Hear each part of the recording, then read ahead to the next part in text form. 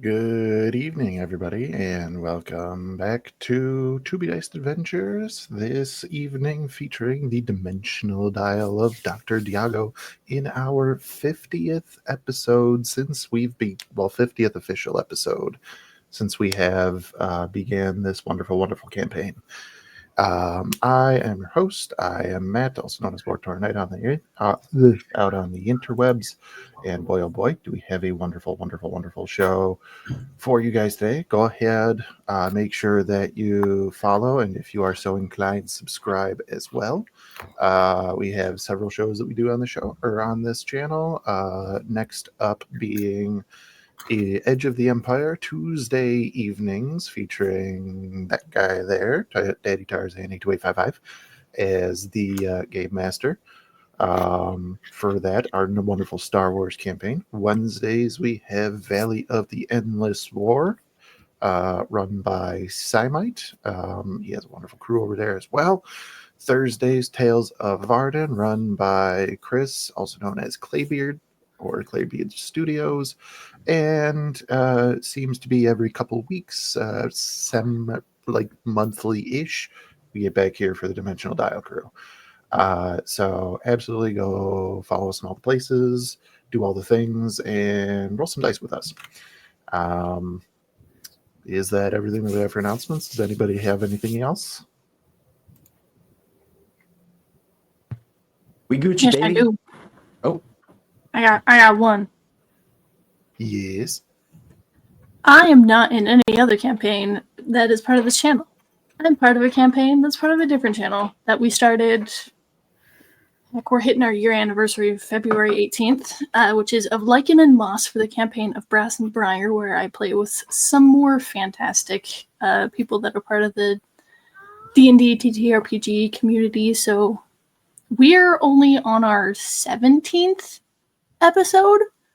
So, like, you can catch up on all of it relatively quickly. We've got some one-shots in there as well that are character backstory one-shots. But yeah, if you want to go check that out, we play this next week on Sunday. Every other Sunday for us. Relatively. Sometimes the schedule changes, but... Awesome. Absolutely. Anybody else have anything coming up? Alrighty. Sounds okie dokie. We will go ahead and get into the episode then. And starting as always, last time on the Dimensional Dial of Dr. Diago, recovering from a mid-air battle with a very large avian creature. No, not Clucky McCluckerson, a rock. This 200-foot wingspan bird that assailed our characters in not last episode, but the episode previously.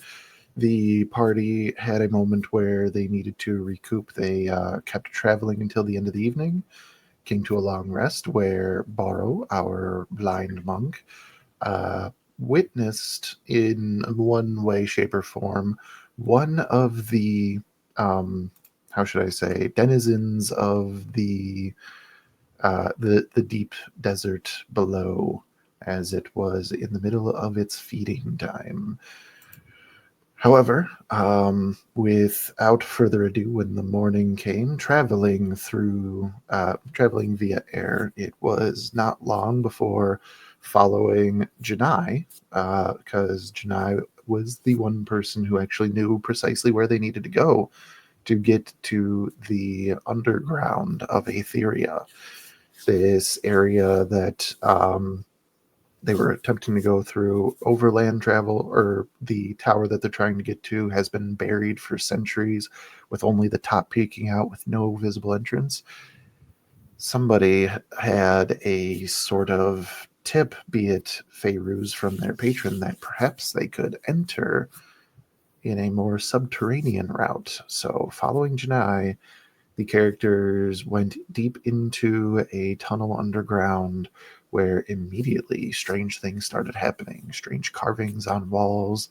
One Janai getting pulled down the tunnel by some sort of feeling in their own mind where they sort of lost a few moments of time, and eventually getting to a point where two individuals of a certain species were standing guard, and as the party was trying to figure out exactly what might be going on, Janai revealed that they are not entirely one person.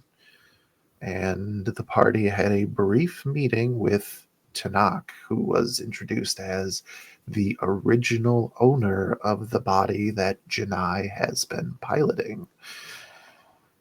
And without much else to go on, Tanakh received a message from one of these sentries, and apparently responded with something that caused them to deem Tanakh as an interloper.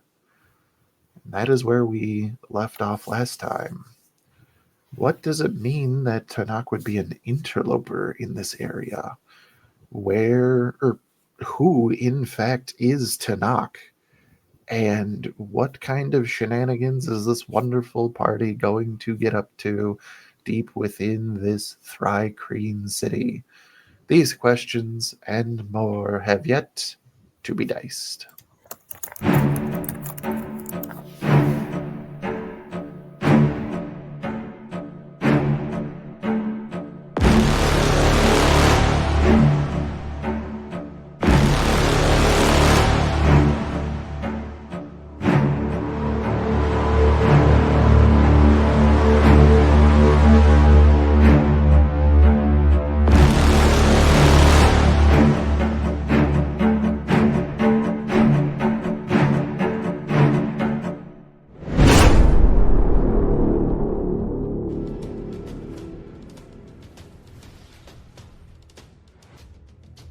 Roll initiative, fuckers. What? This is how we're starting? Ready?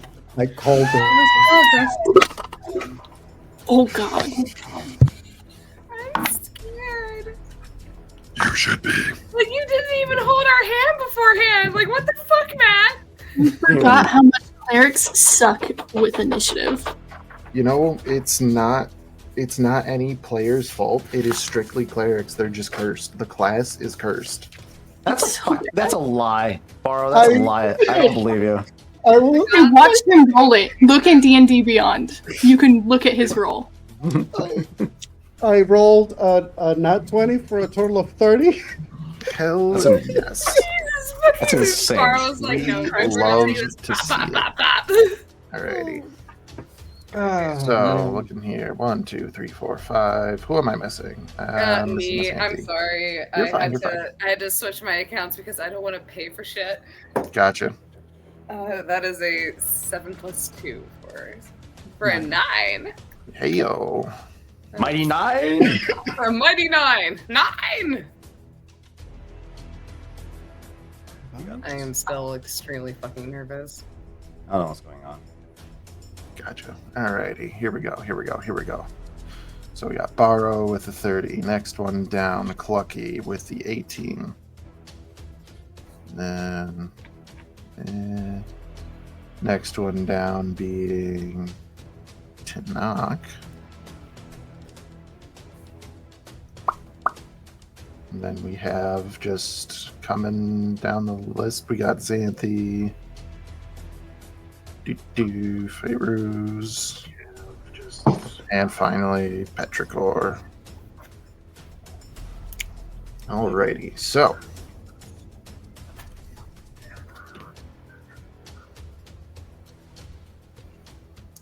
also for the record, Tarzan, since you asked it in chat, I put up a poll, and it seems if anybody was going to pick their friend of the Dimensional Dial crew, Petrichor is the most highly voted answer. So I don't believe you.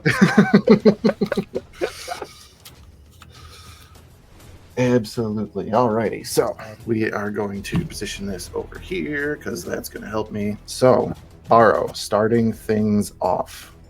Mhm. You actually, now that I'm thinking about it, you weren't tipped off the way that Tanakh was. Tanakh is actually the only person who has the frame of reference immediately that something is up, because Tanakh is the one who was called an interloper and might have the idea of, oh shit, something might have happened. So with that knowledge, though, these individuals who are kind of sort of around the corner from you guys, you start to become aware of quickly approaching footsteps of two individuals. So that is going to be your tip-off, and how I am reasoning that you have a 30 on initiative. You should have taken them out before this even happened. I did. They just don't know it yet. Yeah. It's gonna be that typical, like I'm gonna you sheath the sword and then it'll fall. The anime You thing. never saw the strike. I was just gonna put his hat back on, and as he clicks it in, they're gonna fall over, knocked out. I mean, I also did like a very strong tremor sense last session, so I'm gonna say that that's Also true. I've been Also keeping true. them on tabs on them since I perceived them. Absolutely. I'm going to say that as I've been trying to have this conversation with Tanakh, and I perceive the shift of like movement, and now the figures that I had sensed before now are getting closer. I'm gonna say that Petrichor is still on my back, yeah? Yep. Okay, cool. I think Borrow is just going to face in the direction from which the enemies are, or the individuals are coming, next to Tanakh. He's going to look over his shoulder to the group. He's basically going to get himself in front of the group, and he's going to let them know we have company approaching. And I'm going to say that I'm going to hold my action so that whenever something happens, if we are attacked and engaged in a hostile manner, Borrow would react accordingly. Okay. I think as he perceives this, considering that they just had the conversation with Tanakh, after he angles himself, he turns toward Tanakh as he just kind of goes, "Friends of yours?"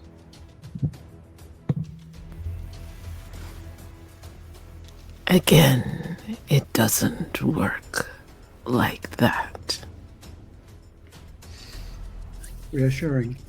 Alrighty. We'll move down initiative then. Clucky, Barrow just told you guys that got incoming, and it looks like Barrow's kind of taking a more defensive stance, waiting for somebody to come to you. What is Clucky going to do? What do I see? Nothing yet. They haven't quite moved enough to come into direct range. You remember looking through who was it, Butterscotch Pudding earlier? That is it. What's the name of the chicken? It was Strawberry some- tart? Strawberry tart. Yeah. Listen, it was a dessert, okay? Anyway, now there's a chicken named Butterscotch Pudding. It's probably a good chance, yes. There's infinite numbers of spectral poltergeists. One of them. The is enemy Butterscotch attacks the Pop-Tart, but instead misses and hits the chocolate mousse. Pudding. Yes, they're all desserts, aside from the ones that have proper names. It's hurtful, but Don't sweet. forget the panna cotta. Yeah, Panna cotta? Oh my god. Images So of- strawberry And tart. tiramisu. The strawberry tarts saw these creatures, but they haven't revealed themselves directly to us yet. Right. So would I still be technically in this trance? Not really, because The you spell kind of. last off a while ago. Oh yeah, that's Okay. right. That is correct. Okay. That being said, since they haven't really revealed themselves yet, let's go ahead and use my bonus action to rage. In the same breath of that rage, he's going to expel himself skyward. 30 feet. With his rage. Oh shit! We're inside a building. Fuck! You're in a tunnel that I believe that I tunnel. said was like. 15 You said it feet was tall? 20 feet. 20 feet. Oh yeah, I can go at least 10 feet. Shit. That works. Yeah, I'll be hovering overhead. So just watch your heads. Don't get caught by Clucky's wings. They'll knock you out. That being said, yeah, bonus action rage and just hover overhead. And I saw these creatures. So what do they look like again? Basically, think of humanoid upright ants. They have 4 arms, and these ones are wielding what look like a pair of glaives. Cool. Clucky would have taken that into consideration, and being the giant child that he is, pulls out his great club. I'm just Seems squash good. the months. Oh, That'll end his. goodness gracious. He'll hold his action to for when a threat approaches the group. Alrighty. That being said, first of the Thrycreen's turn, he does, or it rather does, run forward, comes around the corner, brandishing its weapons, and it does. I will give this Borrow. It does definitely look hostile. Not like you can can see perceive that? this as. Borrow sees more than anybody else at this table. It's true. Borrow is also blind. Okay, so I see, and so it looks like very like they're charging at us basically, like it's like full intent. Yeah. Okay. How far are they? This one, like, because of I assume that you kind of got into a spot where they would have come around the corner to you, unless you just kind of stopped right where you were in the middle of the hallway, I'll say. No, I mean if there was any sort of corner turn or anything like that, I probably would have kept myself. Yeah, it's not like a right angle. It's more like a little bit curved. So like if you were kind of on here, they're kind of coming around there. So when it comes around, it is going to have the chance to like see you, and in that moment that it does, it comes directly to you. But it is wielding glaives, so that doesn't actually come into your reach. Borrow. So I know the answer for this one. That's going to be that's an 11 to hit for the first one. It's a miss. Second one is going to be dirty 20. That is a miss. I had a feeling as well, but so yes, it does. From these, from 10 feet away from you, swing 2 glaives in your direction, but you are able to move out of the way of both. Now, being that you held your action, I will allow you now to take the 5-foot step and do whatever you were going to do. I have a question. Do I perceive how far is the other individual? Thematically, right behind it, but being that this is technically turn-based, it's about 30 feet behind. Okay. So they would be moving Cinematically, in unison, but yeah. Cinematically, there we go. Okay. Being that this individual decided to attack at that point, Borrow is going to. He probably was holding his staff close, and when the glaive come in, he just basically used his staff to parry and just basically keep the momentum of the glaive, literally going like whooshing, probably like whistling past his head and Petricor's head through both sides, like just going like whoosh whoosh. And then he will proceed to keep that momentum of the parry and with the same staff attack. Alrighty. Give me the roll. So does a 24 hit? Yeah. Cool. Can they give me a con saving throw? Okay. I don't know. Can they?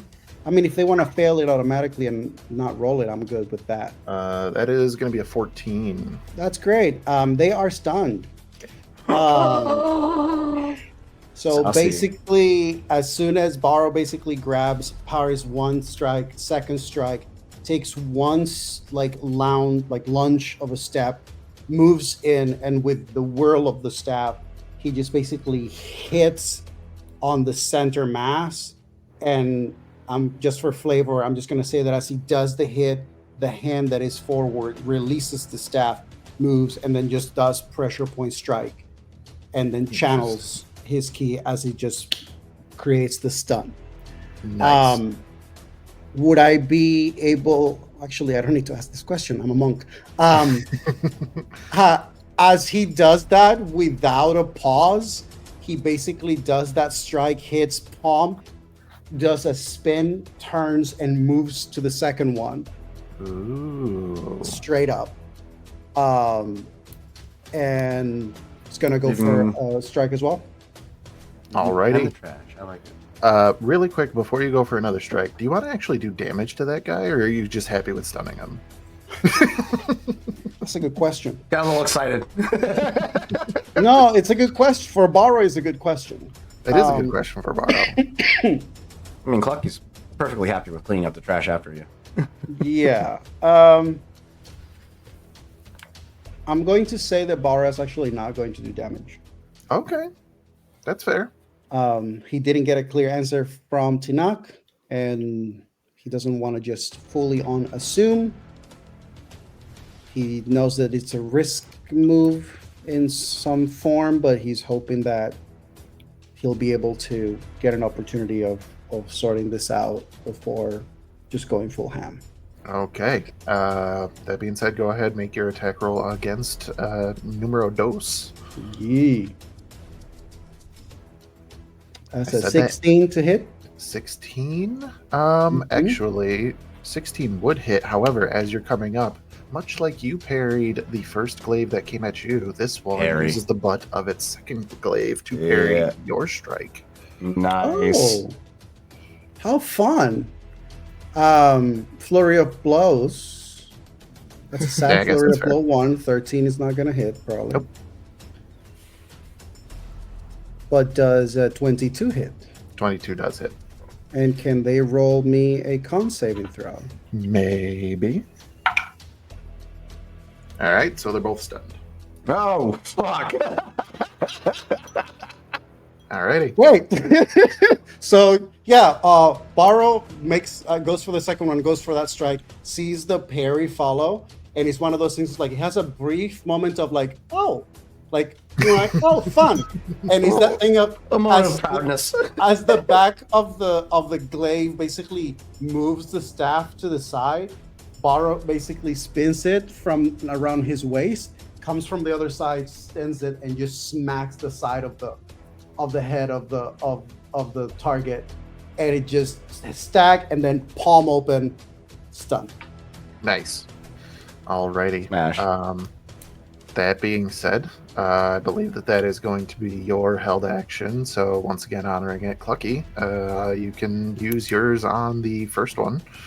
Yeah, Clucky just drops down, stops flapping, and with club overhead, just brings it right down on top of this guy. I believe this the stun condition gives me advantage on the attack without having to use reckless. Bitch booty.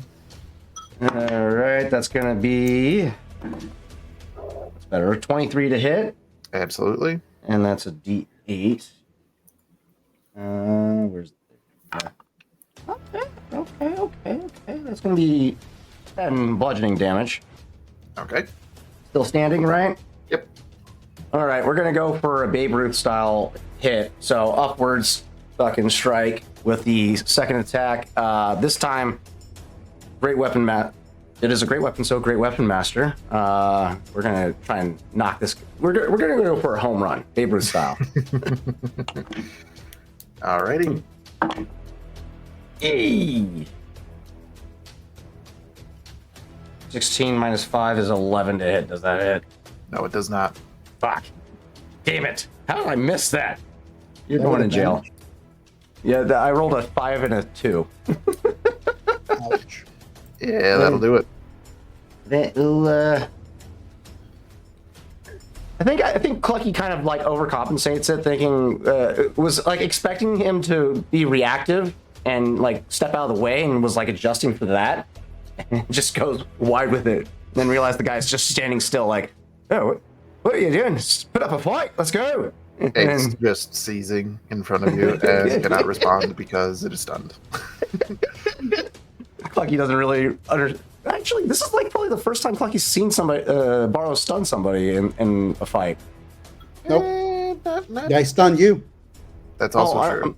Well, that's Clucky personally, not like an actual combat scenario. So yeah, that will end his turn. Because he got nothing else. Well, that is going to bring us to Tanakh. One of these Thri-Kreen is stunned, and Clucky kind of gave it a nice big club. You're up, my friend. What are we going to do? Tanakh looks at the combat that is engaging, crosses his legs and sits on the ground, and doesn't make a move to help in any way, but will speak to the stunned one of the stunned ones, or both of them. They're both in range, actually. Who is the monarch? Give me an intimidation check with advantage. Advantage.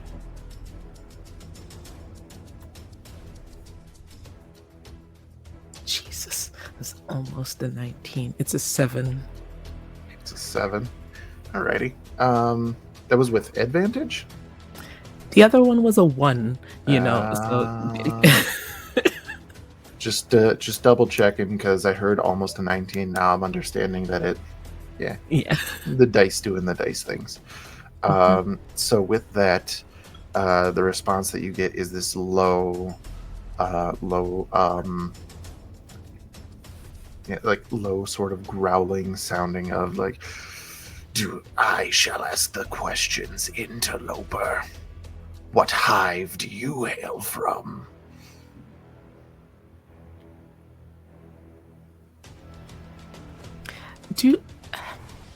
In the chorus of what I used to know this hive sounding like, does their voice sound familiar?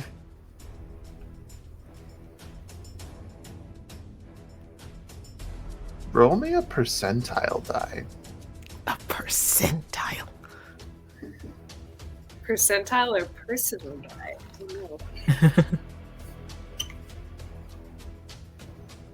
Percentile of Dr. Diago. You One. got it. You said it wrong. You got a 1? 1 0 It's a 0. bold strategy, God, and let's see if it works out for him. It is the deity of all deities of this dimension, actually. So. How is that even possible? I guess it's possible, but holy Well, fuck. yes. It is, by definition, possible. There is a 1 out of 100 chance of it happening.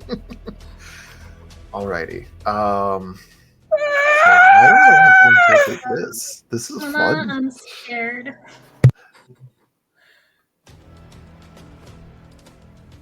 You, Tanakh, remember this voice.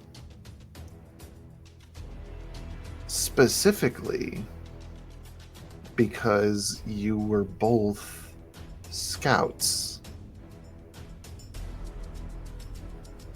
And the last time that you heard this voice, it was telling you that it's time to head back. And you said you want to look, you wanted to investigate, you thought you heard something.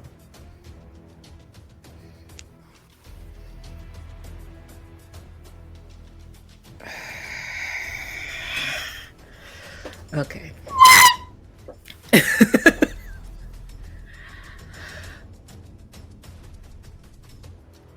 So they And I turn think- back and return to the city. And you know what happened after that.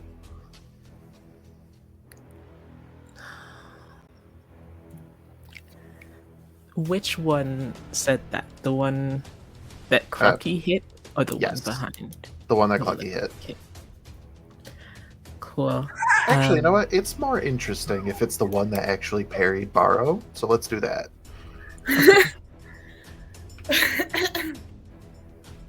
Okay. So, recognizing that,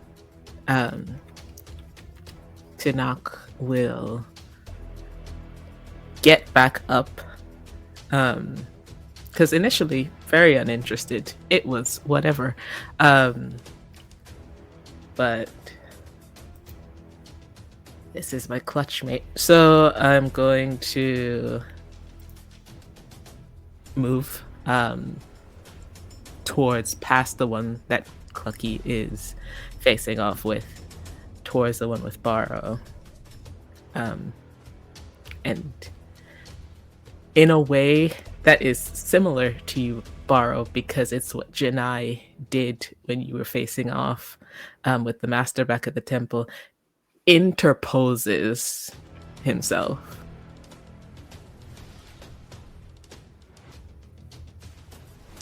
May I say something as a free action? Never. Yes, yeah. Absolutely. Bara just has a moment of like, after getting the strike of like stunning the individual and Tanaka appearing in front, it just has a moment of, so friend. You just hear not a growl, but like a rumble.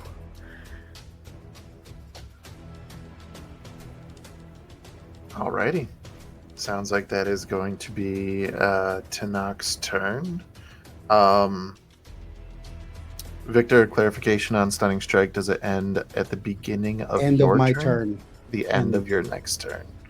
Alrighty. That being said, we're going to move down the list to Xanthi. Yes, we made it to you. Of course we made it to you. You guys are like level 14, this or whatever it is. To like be this close down the initiative line. My bad. Okay, what else near me? Who else is there anything attacking? We'll say that from where Xanthi is, probably makes sense that you it looks like you're the anchor of the party, actually, unless Faeruz was. So that being said, you have everybody in front of you. In the front, from what you can see, Clucky is engaged with one of these things. He clubbed it once and looks like he's struggling. And then around the corner, Borrow ran, and you have no idea what is around the corner.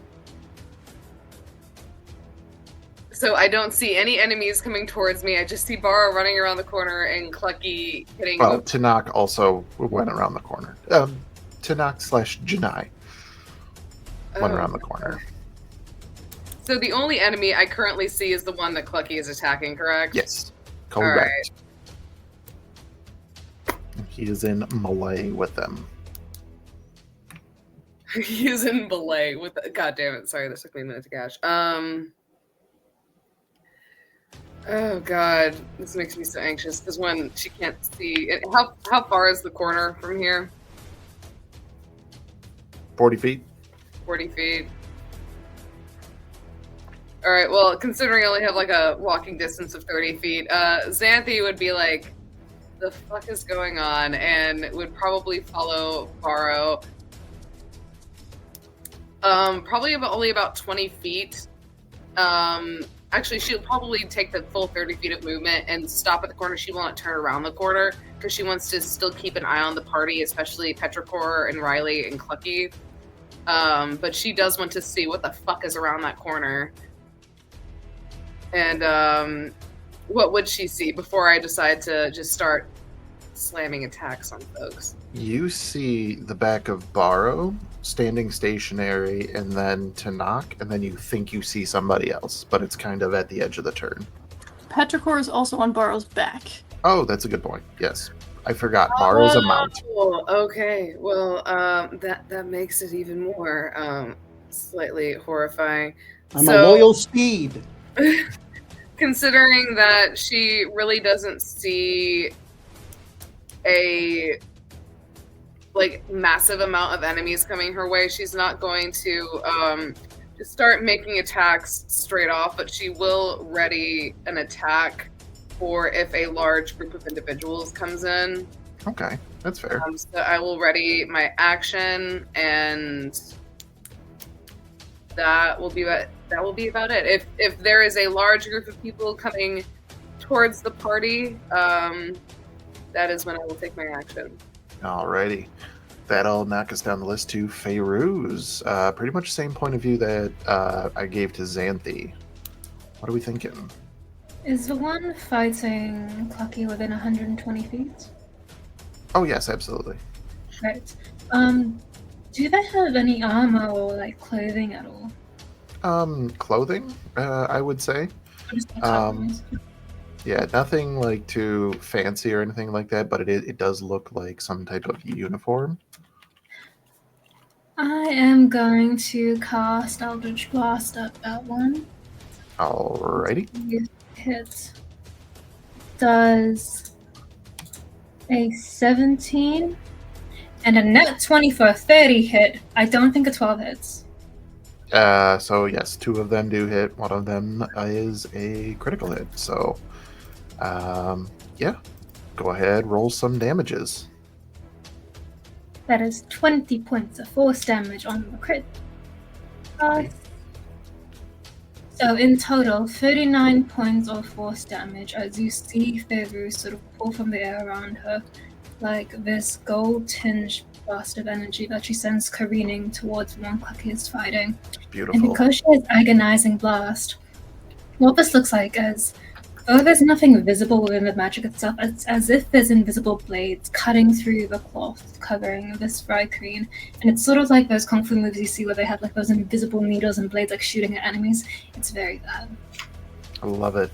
Absolutely wonderful. Will that be all for Fairuz's turn? Bonus action, yes, that will be me. Alrighty. And I will remain like 100 feet away. Gotcha. So you'd actually be backing up then, because you're probably like 40 feet away from where this is. Mhm. So, Yeah, I'll back up 30 feet. okay. Sounds good to me. That brings us to Petrichor. Petrichor is going to remember the doctor's dagger, which we found out what it does. And being in close proximity is going to take a swing from Burrow's back at the closest Vrykeen. Alrighty. Go ahead and give a swing with the dimensional dagger of Dr. Diago. Question. Nope. No questions.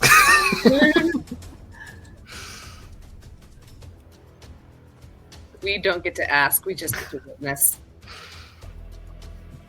Jesus Christ. What am I? That's a natural 20 for a 27. That's a natural 20.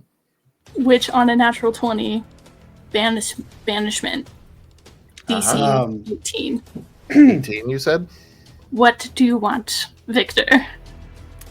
Interception. Interception. Wait a minute. Hang on. Is it interception or protection? Or because there's 2 of them. One imposes disadvantage, Nope. and Interception. the other one reduces Technically speaking, damage. I don't know that I can do anything about the fact that it's an at 20. Which is the one that you have? What are you trying to do? I reduce damage. I reduce damage. on the Okay. attack. So we will take that into account. Right, or sorry, Petrichor, go ahead, roll the damage, and then Borrow roll to reduce. I will say Petrichor has no intention of this being like Lethal. super lethal. Right. Still. More of the intention of the other effect. Right. Where am I? And is this a oh shoot, banishment? I forget. Is I that don't a know. wisdom or It does not show on the item, and I'm not pulling up the spell because I don't want to. That's fair. That's what I'm here for. Where's my D4? There you are. What did I roll? It's a charisma save. That's It's only- fun. It's only 4 points of damage. So no damage. No damage. However, charisma save. DC 18. Okay. Now here's something really fun. Petrichor, roll a d12. I never roll d12s. Oh, you're about to. Is this for the dimensions? Roll a d12. No. Oh shit! No. 8. We're getting into the trauma hot tonight, you guys. That's not even one we have visited yet. I guess thought we'll pick this them was up later. I thought this was the 8th dimension. Hold on. Let me pull up my notes. Hold, please. This is Dimension 8. You're right. Okay, so you actually picked something pretty easy to do. Still, though, because this is banishment, you are now concentrating on the spell. It lasts for a minute. However, what you guys see, Borrow, you kind of see the dagger going at this thing. You put your hand out to stop it. But what's weird is as it's swinging, the blade glows that very same blue from the very first time you guys jumped from the first dimension to the second, as it actually cuts through reality. And when it seams back up, the target is no longer there. This is fine. He's in the same dimension. Sort of. Anything else for Petrichor's turn? Concentration.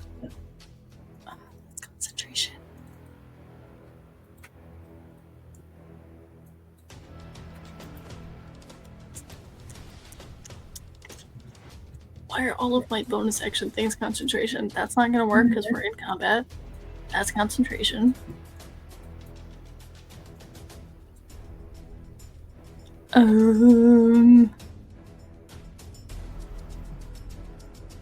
Nope, I think that's it. Okay. Back to the top of initiative. Borrow.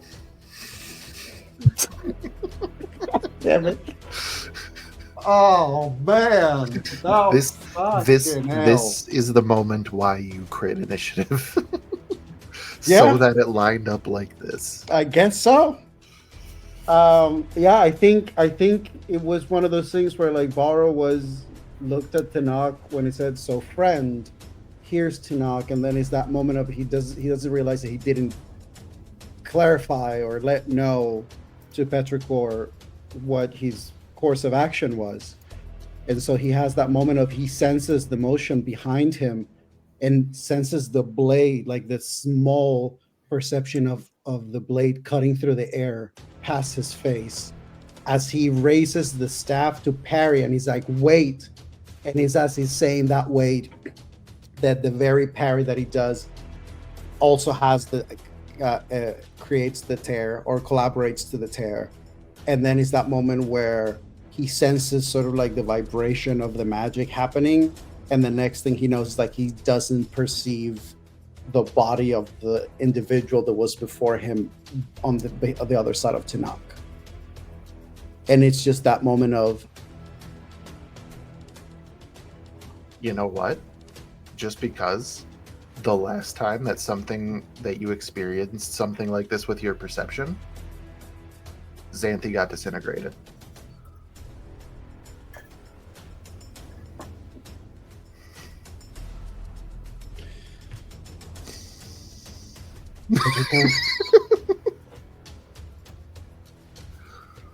what did you You do? just had to What make it happened? worse, huh?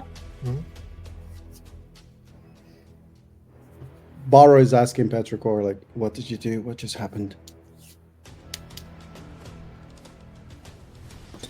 Matt, I hate you.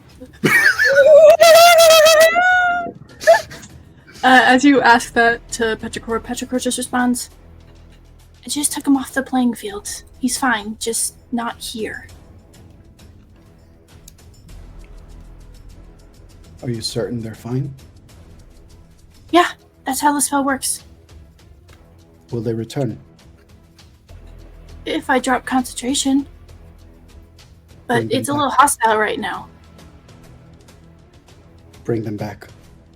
And I'm speaking to Petrichor, but my energy is like Tinak. Even if my eyes would work, Tinak would perceive that I'm looking at them while I'm speaking to Petrichor. It's that thing of hold on a second. Like, wait, I want to tell you something. Well, I want to tell you something. Okay. So that's what Bar is going to ask Petrichor to bring them back. I'm going to hold my action again. Okay. Well, before you hold your action, just because, in all fairness, dropping concentration on a spell is a free action that can be done at any time. So if you would like to now. In Petrichor's mind, Petrichor wants things to become a little less hostile. They have every intention of bringing them back. They just want things to go from a 10 to a 6. Fair. Maybe, at least. Alrighty. Are you telling me that? Yeah. Okay. When Petrichor says that, Borrow toward Tanak says, Tanak, you said they're your friend?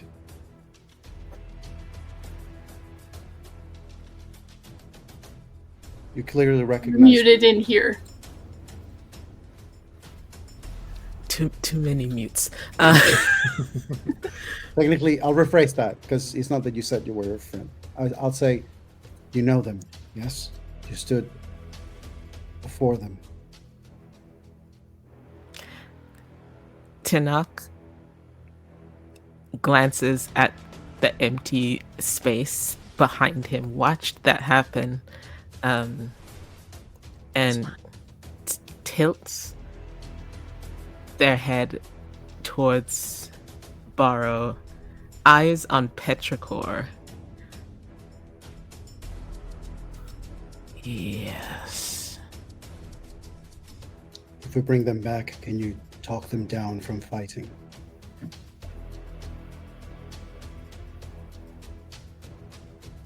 I don't know. Petrichor, we should try.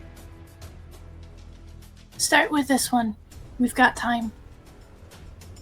And we'll gesture towards the one that is still here.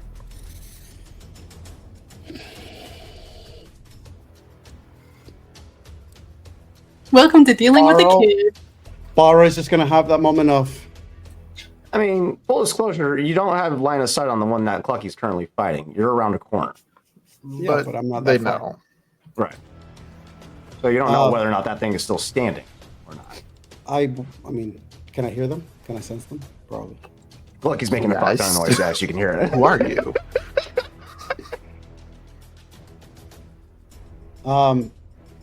I think Bar's is going to say, I believe Feiruz, Santhi, and Clucky can handle the one behind us. I'm concerned the one that was before us may be one that we can actually reason with.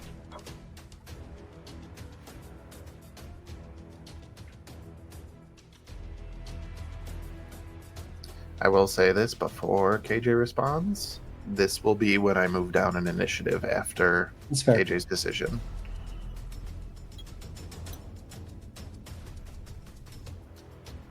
KJ looks so annoyed.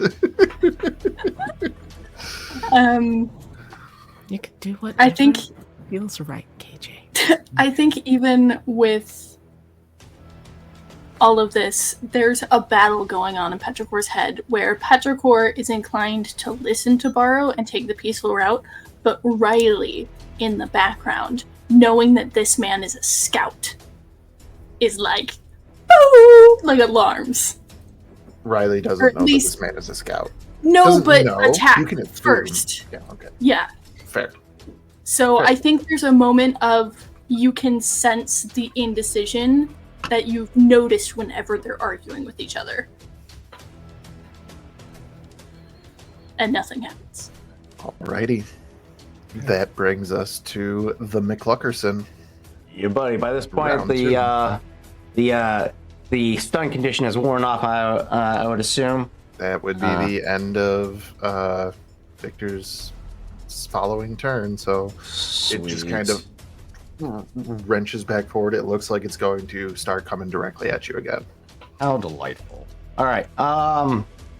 Still with Great Club in hand. This time going to recklessly attack now that he sees that this creature before him is a little more cognizant. And is just going to go at him. Great Weapon Master on top of it. Okay. That's a 19. And a 17 plus 11, so a 30 to hit. Is that with the -5 too? Oh, yeah. 25 to hit. 25 does hit. Do you want to roll the damage there? Yeah. That's that's 11 plus 10, so 21 to hit. 21 damage, bludgeoning. Given the state of the second one, I'm going to give Clucky McCluckerson the how do you want to do this? I love that. So what happens is straight up Spartan kicks. Sorry, trash can. Spartan kicks this motherfucker 30 towards the back wall where the other where Faro, Tanakh, and Xanthi ran down. Guy impacts into the wall with a sickening splat. Still somewhat together, but all of a sudden you see a flash of white feathers rush up from around the corner and impact midsection with the Great Club, and you hear the crushing of stone, exoskeleton, and guts just fucking as Clucky just turns. Oi, look, I got this one! Where'd the other one go? With that, Petrichor will drop the spell. Alrighty, and with the dropping of the spell, this individual, the tear, like it's like a zipper that just opens and then shuts again, and this individual returns. I will say in the moment it just kind of like was like quarter turned away from you guys and then like turns back. Clucky, will that be the end of your turn? No. Maybe we should have waited. A new enemy has joined the party. Maybe I should have waited. Can I retcon? I'll allow it. Yeah, you can if you want to wait until Tarzan says, "Hey, my turn is done," and then drop it.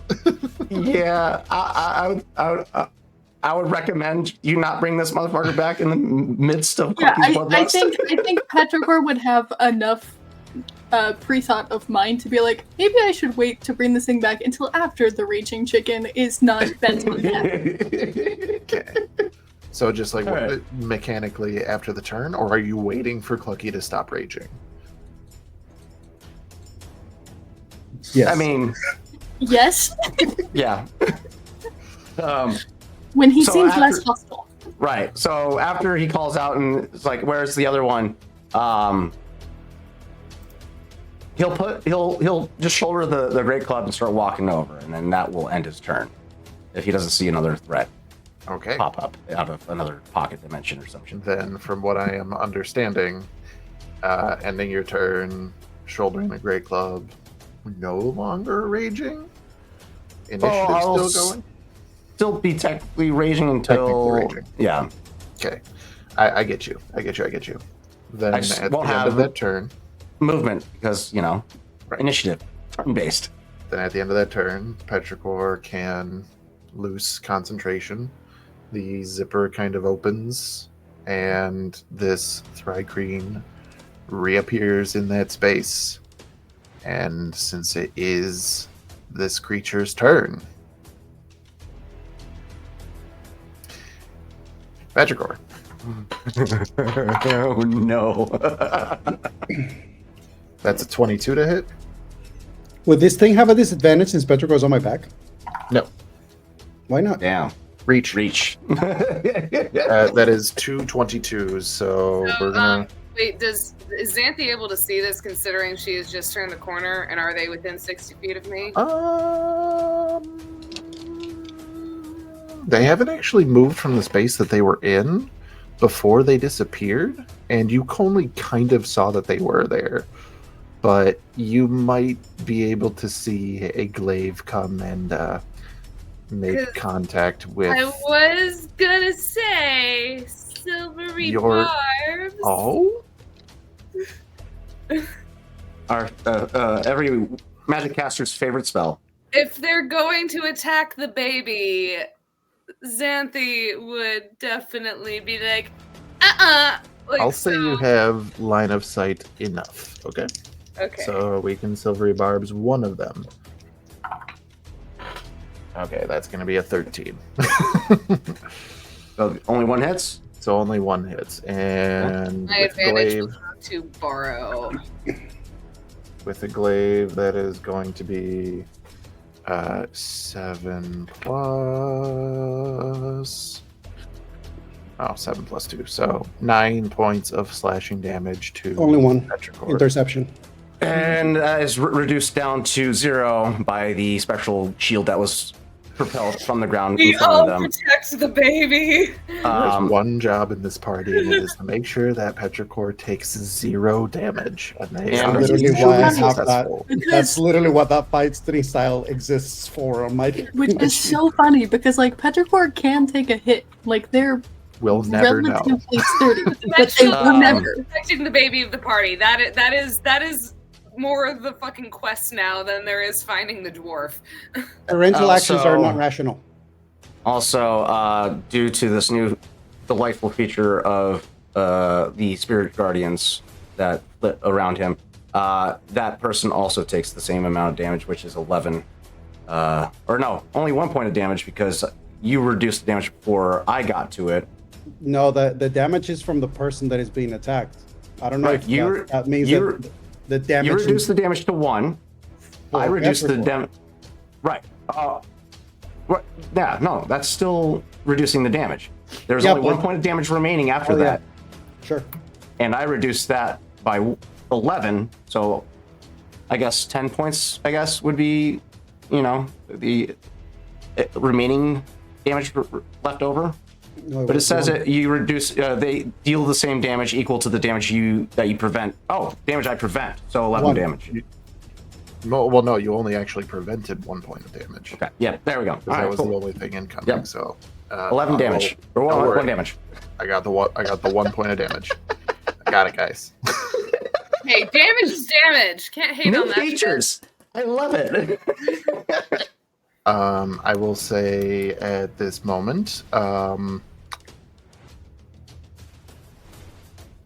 yeah, whomever would between Borrow, Tanakh, and Petrichor, whoever, this is who it would actually be the people that would be able to react to this. This Thrycreen shoots off running in the other direction. Since it's my turn technically next. Well, this is if you would like to take an attack of opportunity. Yeah, can I Question. grapple him? Well, I was also gonna say, using Warcaster, you can use a spell. Does it have to be an attack spell? It has to be well, technically it does. It has to be a spell with an attack roll that targets Oh, one creature. okay. Never mind then. I mean, I'll take one. Okay. Swing away. Science reference. I love it. You're muted. That's a 26 to hit, Yeah, that'll hit. and I'm gonna need another con save. I'm gonna need another con save. You could just give it to me for free if you want. No, because I have a chance of passing. But I didn't, so he's stunned and he doesn't get away. So basically, as soon as this thing turns around and it attempts to go, what actually Borrow does is he actually seems like he's gonna throw the staff, releases slightly, the staff slides from his hand till it goes all the way to the edge of it. He holds just that edge and then just thrusts his arm, and with the tip of the other side of the staff hits basically the spine section of the tracking to stun it. Okay. Again, no damage taken, making sure that that intention is presented to Tanakh. And then it's just that thing of, Alrighty. see? So that being said, I'm still going to keep us in initiative because who knows what's going to happen, and the stun isn't permanent. So there's still a chance. But next up would be Tanakh. Tanakh is going to place their hands on the shoulders of the stunned 3 Kreen. And it's the first time you've seen like Janai's form like willingly touch someone. But he puts his hand, and in the short hand that bless you, that they establish is going to, you've only spoken to Janai with words that are thoughts, but he's going to send images, and he's going to send an image of the last place that they spoke. He's going to send an image of, and it's an image of this 3 Kreen through Tinoch's eyes in moments that they would recognize. And is going to, at the end of those images, replay that last conversation of him saying he's going to go back and Tanakh going to check something. Okay. What is your goal in doing this? To convince him that there is more than what there appears to be, and to hold attacking for a moment. Persuading him, I guess. Yeah, I was going to say, this is going to boil down to a persuasion check, but I'm going to have you make it at disadvantage. Cool.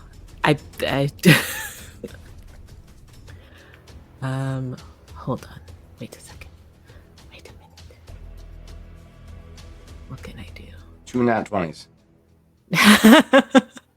A 1 in 400 chance. I mean, you already rolled a 1 on a percentile die, so why not? I still don't understand. It's okay. Not that. Persuasion, disadvantage.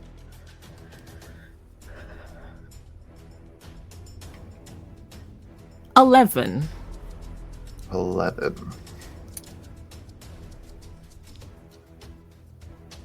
So in this sort of mental exchange, you put up the image of where you guys were last.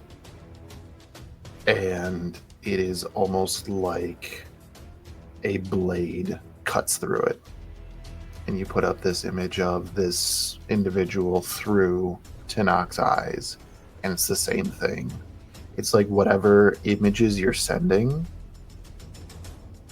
this individual is actively trying to get rid of them. And you get yet another one-word reply. Deceiver.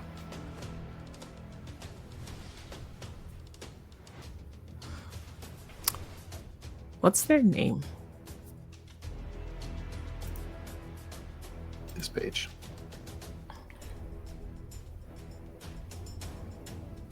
Kricha.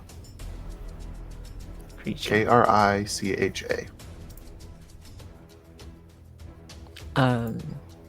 And Tanakh will growl again and just say, "You were always so stubborn, creature." But it's just gonna hold there. Isn't going to do anything to hurt him. It's going to try and convince him again. Alrighty. This would bring us to Xanthi Nightingale. Are there any enemies actively trying to harm any of the party? Not currently. In fact, because it's the only place of action left coming around the corner, there appears to be one of these creatures, and Tanakh slash Janai appears to be trying to reason with it, although you don't hear any words. Can I make an insight check to see if Xanthi can check out the vibe? Yeah, let's get a vibe check.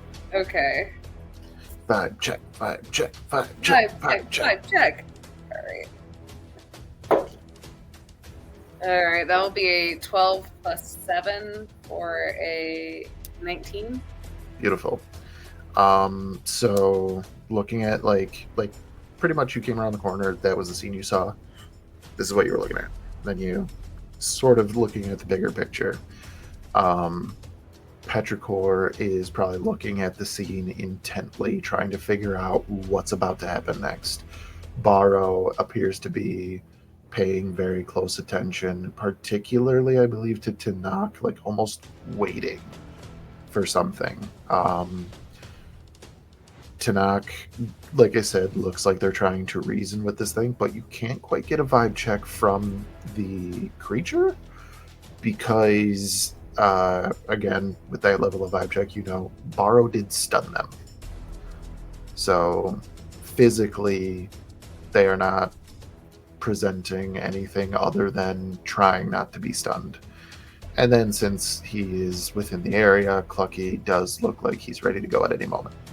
Oh, of course. Oh, the thing is that, like, Xanthi already knows how Clucky is going to be in any sort of time of crisis, but she is more studying Barrow at this point because she knows Barrow and how he handles situations. If Barrow felt like there was no need to attack anybody, as much as she has the urge to want to go into fight or flight, she's going to fight that urge and try to follow in Barrow's footsteps. You kind of just watch as, like, the wings on her back just kind of, like, extend to maybe try and pause any other enemies that might be incoming. More of an intimidation sort of tactic.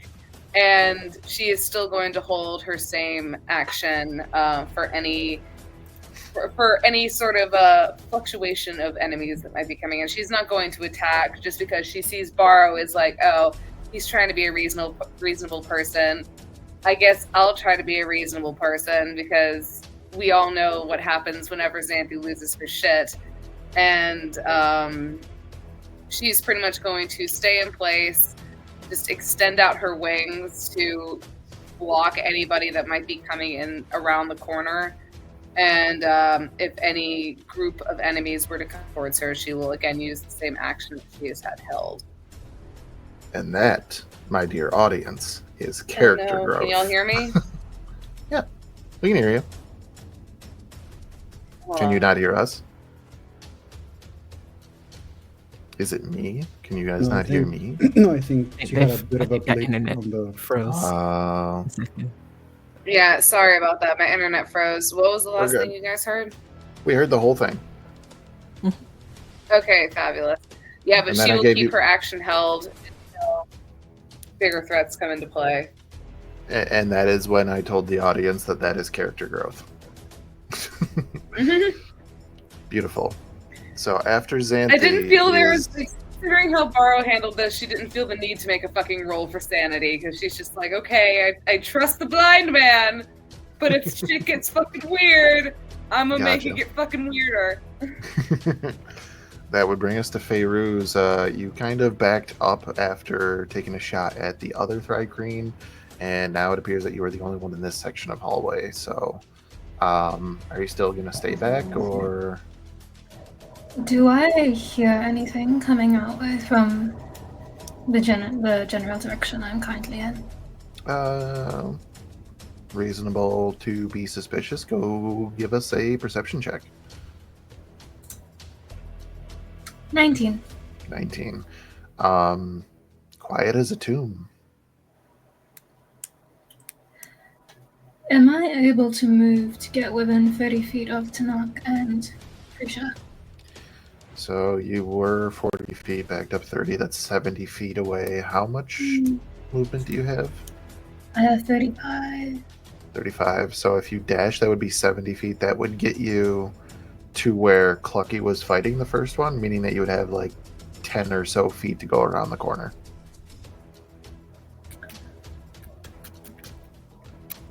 Let me see if that got something. I don't think so.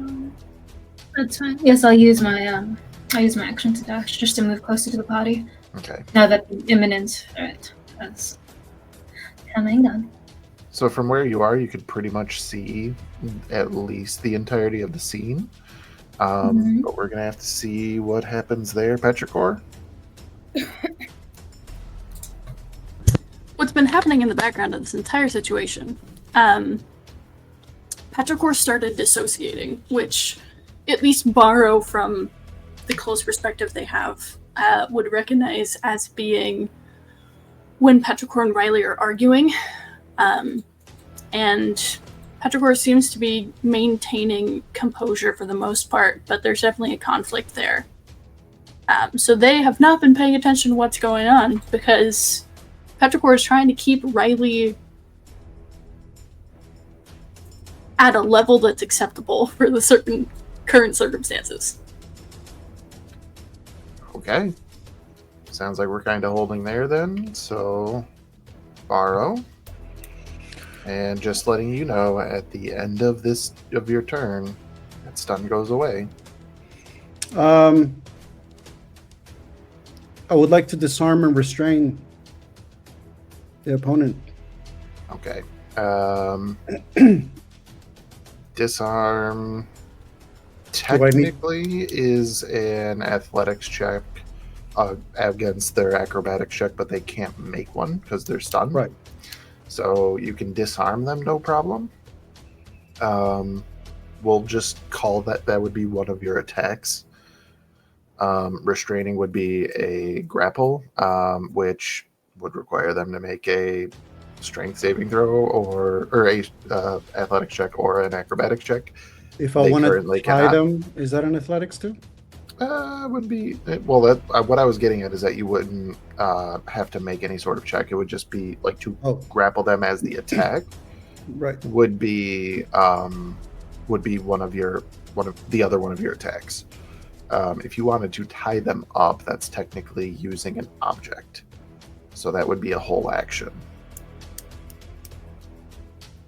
Okay. Who is the person after me in the initiative? Clucky. Yeah. Yep. If you don't handle this now, the chicken gets to go. No, I mean, reaction speak.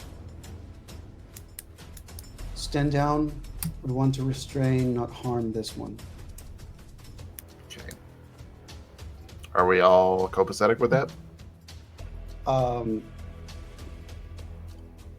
So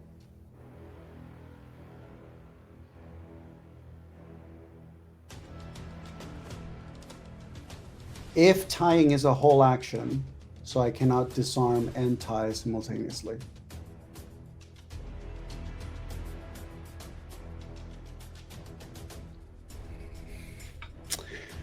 You know what? I'll just put it out there. If you hold your action, you got a grapple master here that. Oh, I know, but the stun is gonna end. So that's fine. I think what I'm gonna do is I'm gonna remove.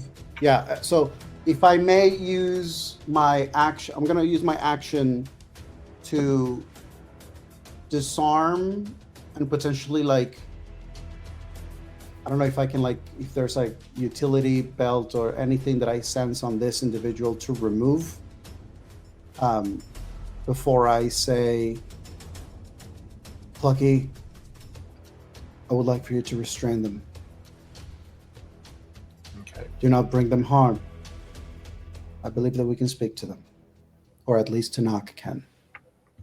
All right, really quick. Bless you, Ren.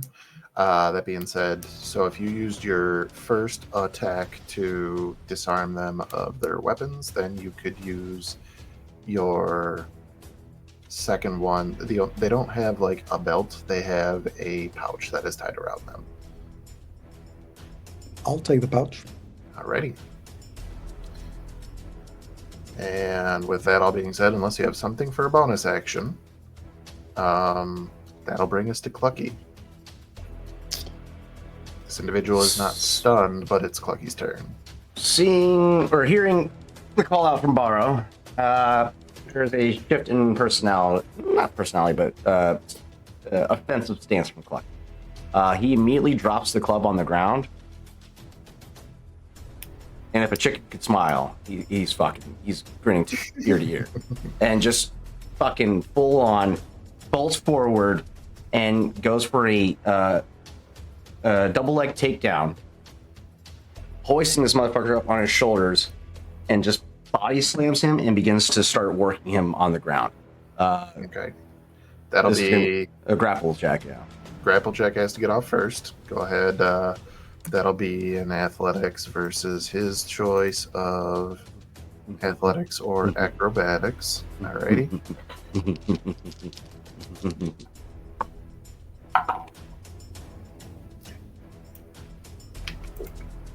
Go ahead and tell me. 14. 20. That's a nat 20 for 31. Yeah. All right. You got him. So that's the shoulder pickup. Now So he's going to you're- go for a slam to restrain him. That's going to be technically a shove prone. So same thing. Athletics check. Okay. Tell me. No. You first. You first. 26. 26. 4. Hey. Yeah, excited to utilize his hand-to-hand techniques that was passed down to him by Calibran. He shoots the double leg takedown, brings him up onto his shoulders, and just comes down with all this force on top of him, shoots for a side mount control, and just pins him in a cradle lock. So has his legs and his head cradled in both arms as he looks up at Barrow with expectant look like, is this what you wanted? Was this too? Bit excessive, but it'll do. He ain't going nowhere. I got him. Okay. Would that be the end of Clucky's turn? That's the end of Clucky's turn. The knock is up next.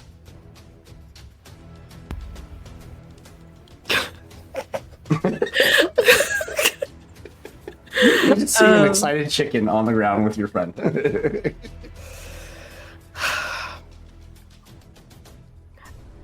Danak watches Clucky take down creature, just shaking his head. What? Who are these people?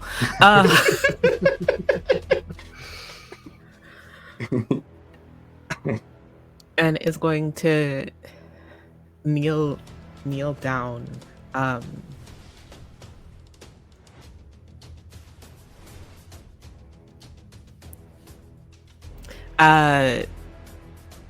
Is going to fumble for something, and you can't see what Janai is doing because the illusion is in the way. Mhm. But they pull something off of their hands, and the illusion drops. And you see very similar in an almost sandy tan speckled carapace, this street cream who only has 2 arms out, is wearing the armor that you saw and the accoutrements, so you can't see where the other 2 arms are. You think they're maybe underneath the armor. And is looking at Creature again. I am no deceiver. More happened than you know, Creature. You asked me where I was from. I am from here, and you know me. Look at me. You know me.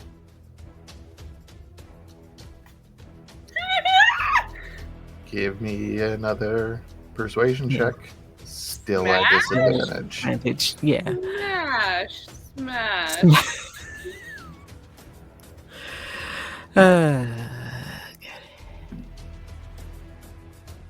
It's worse. It's worse. Five. And with that, that brings us to Creech's turn. Clucky, Yes. does a 16 hit you? Is that a disadvantage? Uh-huh.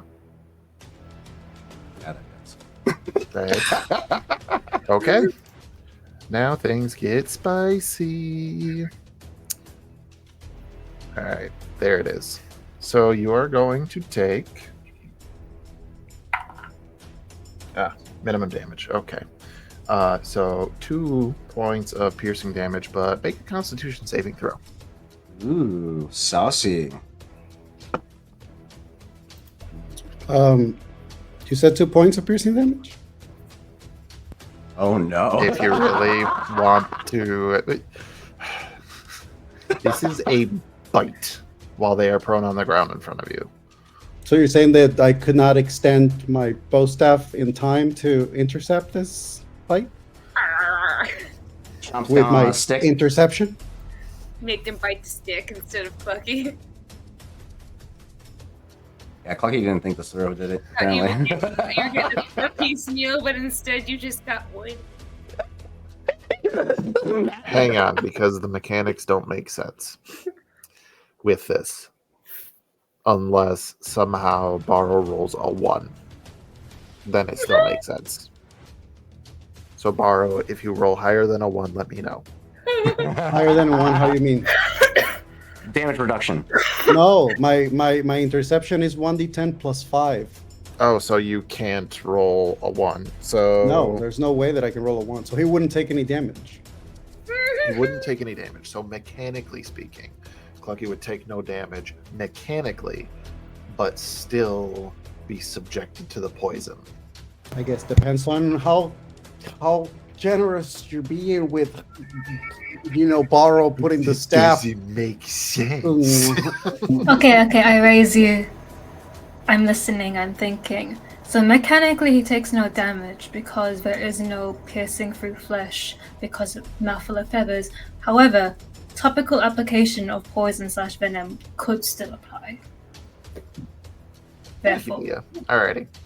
So con save at advantage. Smash. We'll call that the compromise. Concept at advantage. All right. Well, the first roll was a 7 plus 8. We'll see what that would have been 15. Second roll is a 9 plus 8 for 17. 17, you say? Except the first roll that I had already rolled since we started talking about the whole compromise thing. Clucky. Do I get a little high? Clucky.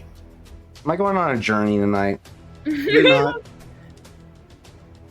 My second journey of the day. No more mushrooms for Clucky. Clucky is not poisoned. Aw. And with that, because that was his ticket out, is trying to poison your ass. Let me roll this, but it's going to be at disadvantage. This still makes me so nervous. He's going for another bite attack? Oh, shit. No. It's not another bite attack. It's deciding how he's going to react. Alrighty. So this is what I'm going to do because with what's happening, initiative is tedious. So I shall drop us from initiative. I shall put on a more appropriate music. Move on to execution. What? Yeah, Barrow wants the execution. So that being said, mechanically, he's not breaking out of this grapple. If Clucky and Borrow are around him, the most that he could do with the bite is 7 points of piercing damage. So if you guys are going to neutralize that every round, he's not going to get this poison off. So Or doing monk shit. thematically protective speaking, boys. you guys have this Thrycreen restrained to a point where it's not going to cause damage, though thematically speaking, again, Clucky, every so often, he tries to bite you. Yeah. Actually, if I may, I will provide myself as staying close to them and their head. So if they actually feel like they are going to attack with their bite, they attack me instead of Clucky, because I'm immune to poison. Also, that's right. Badass! I love it! Also, after that first attempt, Clucky would have repositioned from side control cradle lock to a rear full Nelson, and just propped him up on his feet. So he's got him locked up from behind. He has at 4 that arms for your Well, full I mean, Nelson. I only need 2 and a head. He takes the other 2 and they're like braced underneath his legs. And then he has the other arms. I mean, he can flail with his other 2 arms all he wants. He's not getting out of it. Can He's this still not guy getting out of make a wisdom saving throw? Mechanically speaking, he's just unable to do anything here. He's stuck in a glue trap that is Clucky. So by this point, Kreecha is now propped up with Clucky, waiting for them to try and restrain this guy fully with either rope or bindings. What would the party like to do? Can he make me a wisdom saving throw of 18? I hope he can. That's hot. I don't think he can, but I hope he can. I have to pop down to get my food in 2 minutes. That's a 14. To which he will then hear the whisper that is, I should say, Fairuz's voice just carried to the air saying, I suggest you cooperate with the one you know well and pretend not to. This will go much easier for you. That was a suggestion at this level. Knowing now what's happening, I'm going to roll again, treating this as if he has advantage.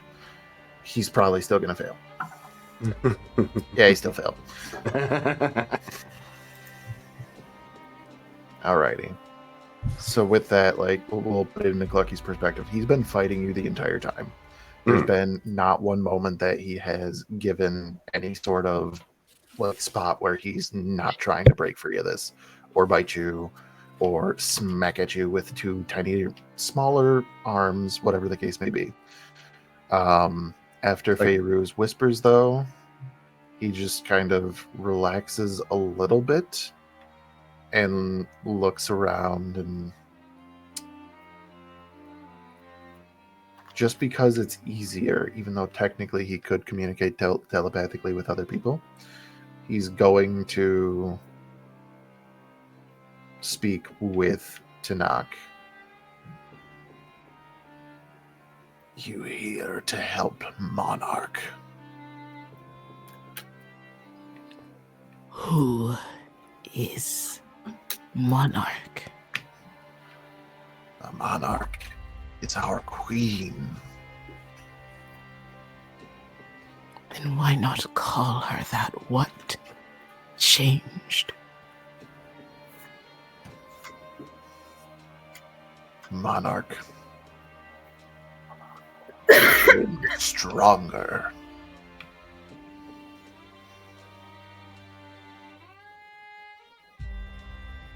How?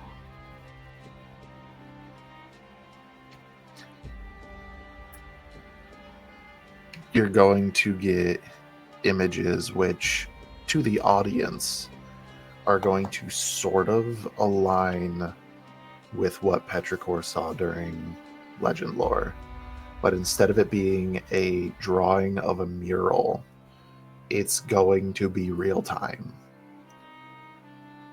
And Tanakh will watch these flashes of memories of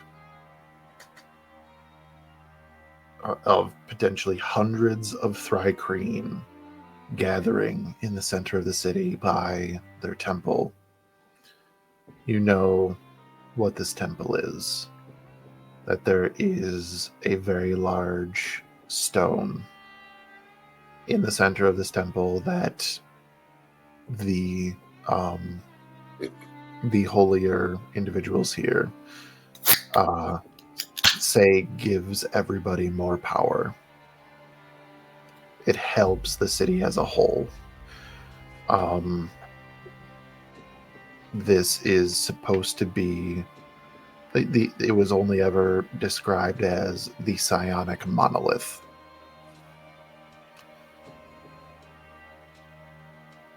You then watch a very usual procession of the queen and several of her guard making their way into the temple. And all that you know from Tanakh's perspective is that something important is happening. And the next flash of memory is the queen emerging. And though she looks the same, her demeanor has changed. And the robes that she was wearing were before just like a pale white with some golden like jewelry that is adorned with brightly colored gems. This has changed to become more like ceremonial armor, again made of gold and with intricate designs on it. But the consensus from this memory is something important did happen. And the queen is now believing that the city is due for greatness. That the Thrycreen should rule not just the world below, but the world above. And the entire hive gets orders to start bringing back anything of use, be it more food, resources, weapons, building supplies, whatever the case may be.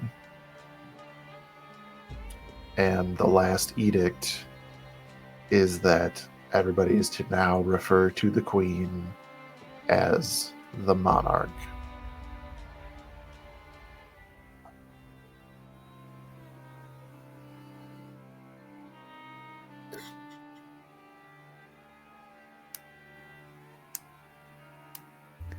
Too many mutes. I think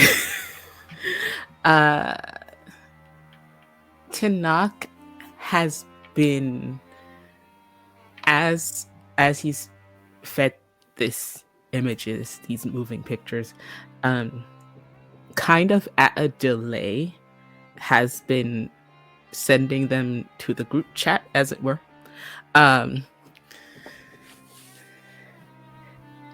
But the delay isn't that he couldn't send it at once. The delay is that I need to check what I tell them before Censorship. I send. Exactly. And so he cuts out the part about her wanting the Thrycreen to rule below and above. He just snips that bit out of it, but leaves the rest. Just that something important has happened, and now the messaging has changed, and now they have to gather resources. Okay. So you guys get the information that was just presented. Inside check, Okay. just like before. I think Petrichor is also insight checking. Insight checking.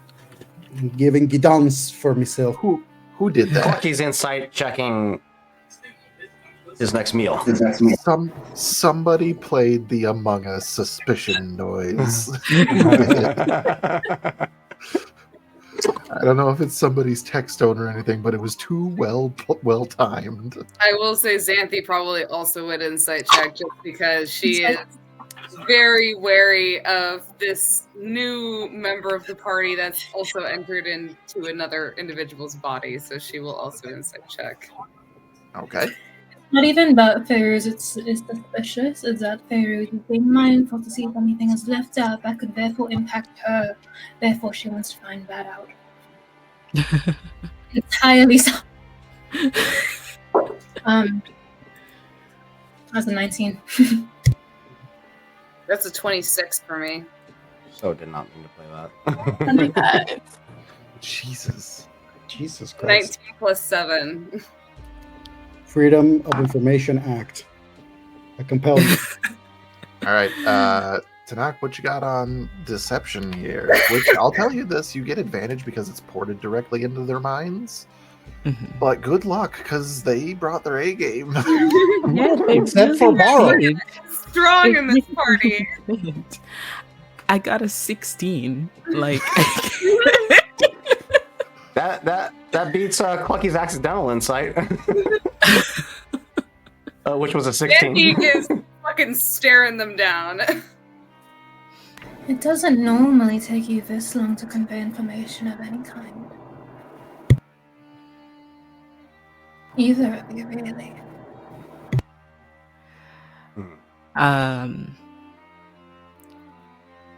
Tanak turns their head away from creature to you, Favors. I don't have to share it at all.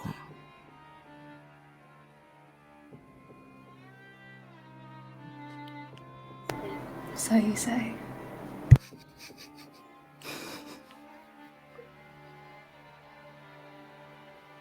Quick question, blind one. Should I be restraining that one as well? As he points to Tanak. Who now is showing that they look like a Thri-Kreen. I think Borrow's attention is on Tanak. Very similar to when they kind of caught Pharaohs prior when they brought Tanak forward. No, Clucky. At least I do not think we have reason as of yet. Let's hope they don't give us a reason to. What happened to Mindspeaker? That is Mindspeaker. Tanak. They had an illusion spell upon them. Tanak hears, and only Tanak hears. At first, you think maybe it's Petrichor, since Petrichor is the one in control. But after a second, Tanak realizes it's not the same in cadence and pitch. So you can assume it's the secondary child that has been circulating through this kid's body. And Riley just says, almost trying to be threatening, but very stern and very straightforward. You're on thin ice. Be careful what you do with it.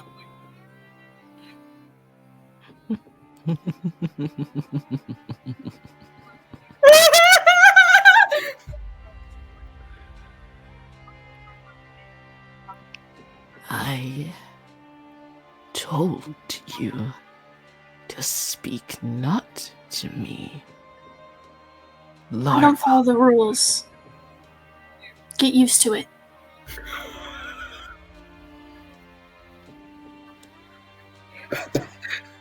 There is no feature change because their features don't change, but you can feel a smile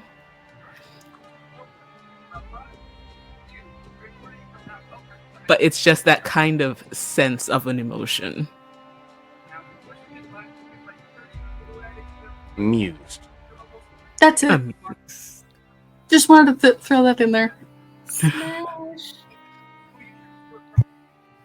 Xanthi is just staring at Chinook at this point, and she pretty much like has her wings extended. You can kind of feel like there is this pulse of energy coming from her that she is just very patiently waiting to release on Barrow's call. But you can tell that she is definitely holding back, but upon given the order, she will it could get very messy. Like, she's in attack dog mode at this point, but like currently she's just being held by her leash. I think Barrow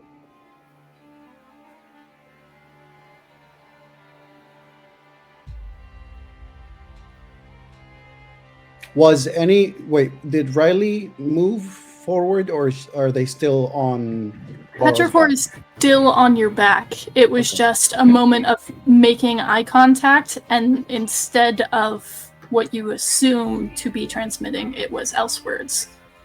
Gotcha. And you can sense, because of the conflict that was happening, it almost goes silent after what you had said privately. It goes quiet, both of them, and Petrichor seems to relax. Got it. I think Barra at this point turns to Fairuz. He first sort of addresses,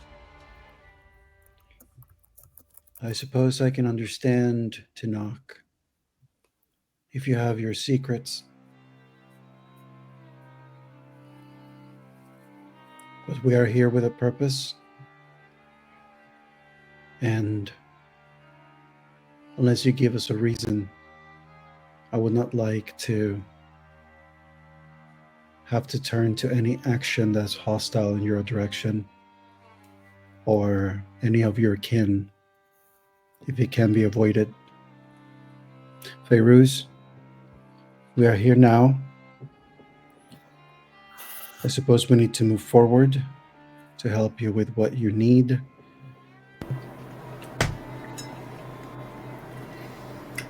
We don't need to linger strictly longer than necessary. I have no quarrel with your kin, nor do I wish to start anything. We know that bickering and territory wars and resource guarding is just all part of the way of the desert. I am here for greater purpose. I would just like to remind everyone that there's potentially an item in the center of this place that could help us, and maybe we'll find something else further where we're looking for yours, but So am I just sending want to point that bolts out. through someone or not? What? So am I sending bolts through someone or not? Like, Xanthi's wondering if she just needs to attack someone. No. After that happens and before Barrow responds to not like Kreecha has been looking at everybody as they speak, and as the conversation continues, gets to this point, Kreecha's going to look back at Tanakh, speaking to them only, and say, "Why does your tithe talk so much?"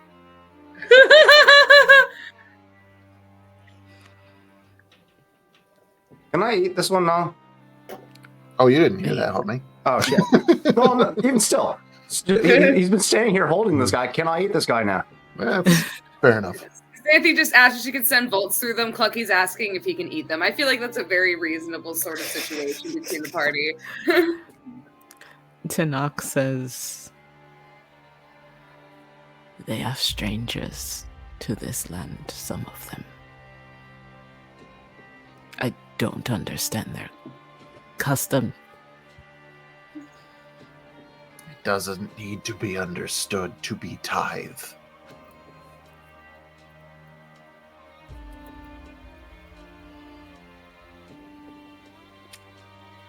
Sir DM, what are the chances of me knowing if the Thriki bite is poisonous or venomous?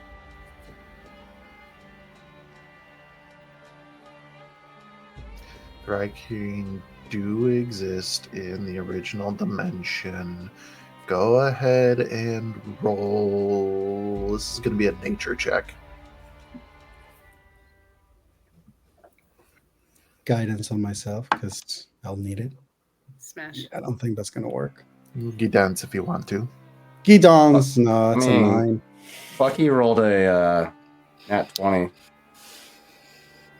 for 24 nature. I mean, you I think he probably hunted this creature once or twice. I was like, do three cream often come to funds and steal chickens? I mean, if I get help too, it would be like with advantage. I would get like a 16, 15. Would Xanthi know of these creatures at all? Just if any of them were brought into the Whoever would like to can roll a nature check. nature. I'm just doing it. I'm just doing it to know if I can see if I proceed to do what I would like to do next. I think Petrichor would be trying to help Borrow by like going through a catalog of information that they know and sending like through the link anything that might be helpful. That's a dirty 20. 30-20. Okay. So to Feyruz, because you have a different perspective than the rest of the party, because you are from here, you absolutely would have had enough interactions to know that their bite is not only poisonous, but in some cases a paralytic. Ooh. This is also known to everybody else who got a 20 or higher, but from the prime material plane, Thrycreen are part of normal society in the nation known as Kragora, which is the nation of the beast folk. So naturally you would find Leonin, Loxodon, Tabaxi, Aarakocra, anything of this nature that, as like from modern perspective, would be a half-human, half-beast fusion. These are all the natural denizens of the area known as Kragora. Thrycreen were among them. So you probably didn't hunt them, Clucky. No. Probably wanted to. But yes, they definitely existed. And they were nowhere near this hostile. None of you got bit, did you? No one's feeling a strange stiffness in the muscles or seemingly Actively, before your suggestion had happened, Clucky and Barrow both had gotten bitten, but they seem fine. I didn't see that. This is very weird asking, so I was like asking. Oh, yes, favors. Yes. So There's a bit of stiffness in my neck. I think it's spit in me, but I think it bit.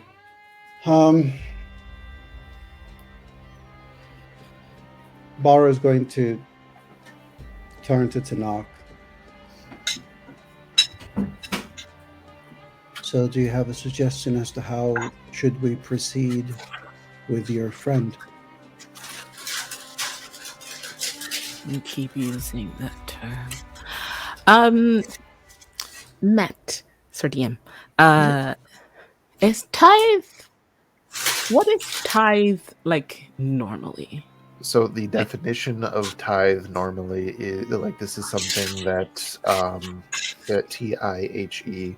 That's just a normal terminology. Like a tithe would be something that you would have to some type of nobility or royalty, and it would basically be like like whenever you show up, you have to bring something, be it like gold or like a gift or food or whatever the case may be. There's some sort of tithe on it. You're expected to have something when you show up.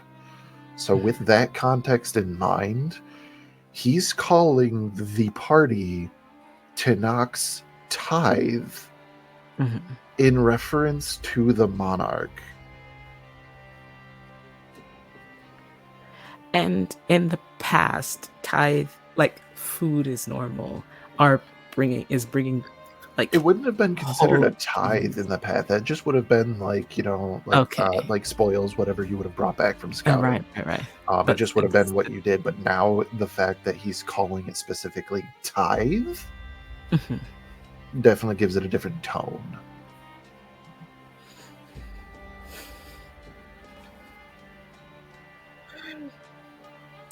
Tanakh will say to Creature, but so everyone can still hear.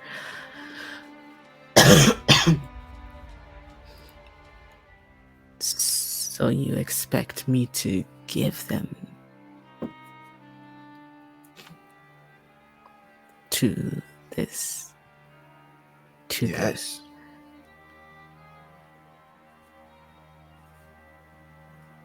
Indicating to And- Feyruz, just kind of like with a little nod, says, "That one says I should help you, be helpful for you.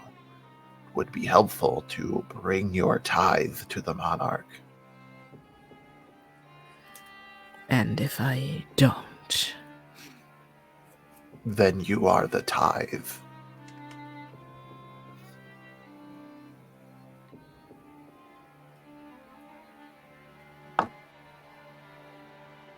Are you all hearing this? Nope. Yes. You're hearing Tanakh's Yeah. side. side. You are not hearing it from Kreecha, but if you would like, if Tanakh would like to broadcast things to the group chat, with or without censorship, that is up to Tanakh. But as per Kreecha, only is talking to Tanakh, is only recognizing Tanakh.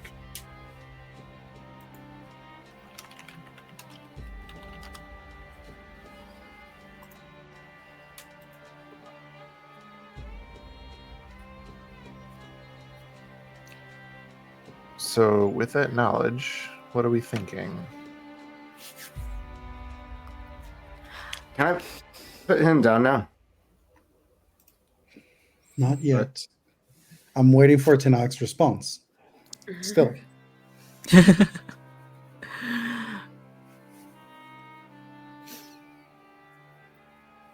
It is to everyone. It seems that it is now expected that you do not keep your spoils, but you give them to the monarch. And if I don't hand you to the monarch, then I will be handed to the monarch. So who is it you serve? Do you serve the monarch or do you serve yourself?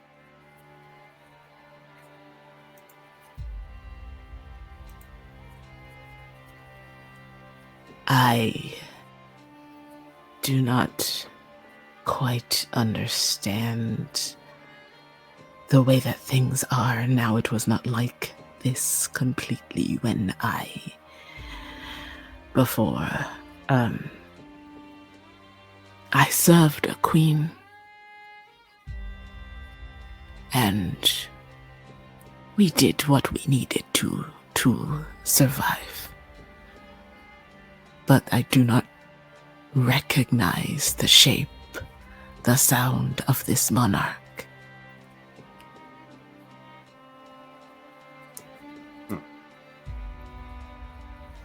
So you're telling me that we don't need to restrain you as we are this one?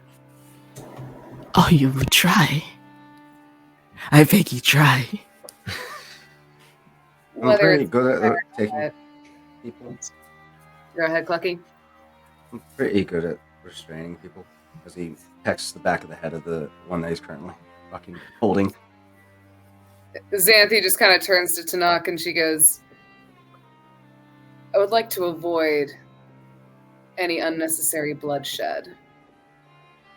But I'm telling you right now, if you are thinking of bringing any harm to this party or trying to serve this party on a silver platter, I'll crush you like a cockroach under my foot.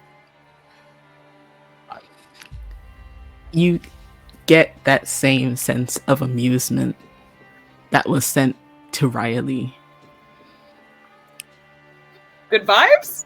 Vibes? Speaking of vibes, Tanakh, give me an insight check. Insight. Oh. I'm good at some things, and not that's a natural 20. Hey! Let's go! As you're kind of having this moment, like, you know, going back and forth with Xanthi, much like you did with Riley, in this moment of kind of sort of that either earned respect or just daring nature that it might be from Tanakh, something in general just feels off. And you're like, hmm. And as you like kind of give a look around, what stands out to you? Kreacha is looking away from all of you. He's calling more people. Fuck. God damn. But I don't hear it. There's nothing to hear. Kreacha's just looking away from you. To where? The tunnel that you guys were heading towards. Is there something coming from that direction? Do you want to roll a perception check if you think something's coming? Absolutely, I would. Would it be something that I would notice with a 24 passive perception? Jesus Christ! At this distance, no. What are you? Can I? No, Tarzan. I was in that fucking one.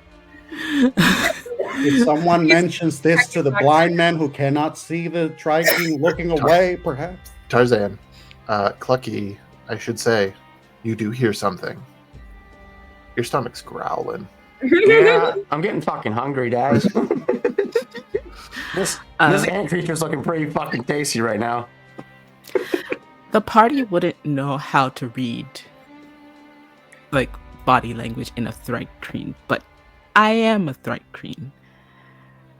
Any shift in the lower arms, any twitch of antenna, can I read?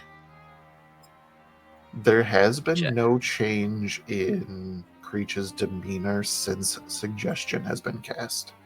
Mm-hmm. We heard suggestion, correct? Yes, which was for Kreacha to be helpful. To cooperate with Tanakh, specifically. I think I will say, will Xanthi be able to see any change in demeanor of Tanakh upon her speaking with them directly? That's up to Tanakh in this moment if they are reacting to the stimuli that I have given. Tanakh, realizing that Kreacha is paying attention to something, will say, "What is it?" Xanthi just kind of. What? Is it just to? Are you saying it just to them? The group chat is open. Okay, once Tanakh says that, Xanthi just turns back to Tanakh and just goes, "What do you mean? What's going on?" Tremor sense. Quiet. Tremor sense not at this range. Oh, fuck. It's oh shit. With what you asked, Kreacha's going to look back to Tanakh and go, I'm helping. Oh no. What's the range on your tremor sense? What is my range? We've never actually discovered it. Yeah, Like, we've kind of we've kind of gone with the vibe. It's been a vibe the whole time for 2 years. I would like to argue this 120, you know? Nothing on his That's not a character zero. sheet Fuck it. saying things. It's just we know Morrow technically has tremor sense. Yeah, we kind of wrote "fuck it, we ball." Yeah, pretty much. I would like to. So I think Borrow remembering the suggestion that is there and remembering that at one point Kreacha just sort of said like, "Oh yeah, she told me to be helpful." He's gonna turn to Kreacha and he's going to address them and say, "It would be helpful for Tanakh." You did not And- hear him say he's supposed to be helpful. You heard Fine. Feyruz originally, but when Asking. Tanakh says, what is it? It probably looks like there was a response given, but you didn't hear it. No, I mean before. Oh, When okay. they were having the conversation, they said like, "Oh, this one said that I should be helpful to Tanak." I thought that was with the open chat. I'm not sure. Tanak asking, "What is it?" Before this was when we first started the conversation after suggestion. There was a moment that you. This is the beauty of mind speaking, people. Yeah, it's a cluster. Kreacha Well, has fine. anything that Kreacha has said has only been given to Tanak. So Fair. whether or not Tanak has shared it is up to them. Nuance. Yep. We love nuance. I'm trying to debate if how familiar would Borrow be with suggestion. I know you have another character who's very familiar. I'm going to say still. I think he's going to ask it regardless. To Kreacha, he says, "Do you think you could help Tanak here find a way for us to go with them undetected through these parts, in these tunnels?" Kreacha, from your perspective, looks annoyed. And Tanak hears, "Soon your tithe will be less talkative." Motherfuckers.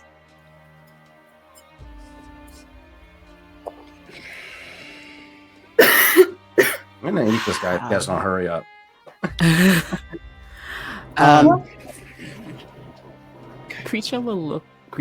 Tanak will look at Kreacha. Got my drinking stuff. And What, then you say they all look alike or something? yeah, you're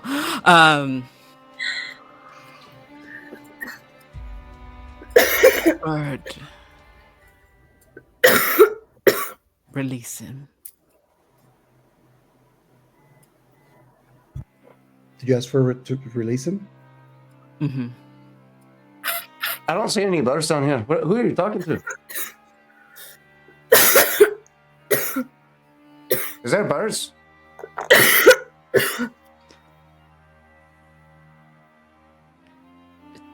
Tanak look like he's trying to take a measure of your intelligence. Oh, You gotta measure that much. You're not gonna probably like if there were like a yardstick or a freaking measuring tape, it'd only probably go out about that much. Yeah, Clucky actively looking around right now, trying to spot a bird. Doesn't understand. Release Kreacha.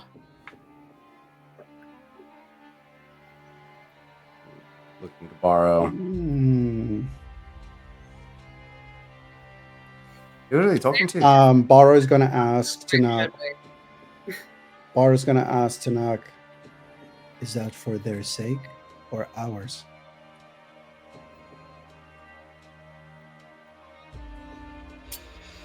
Possibly both.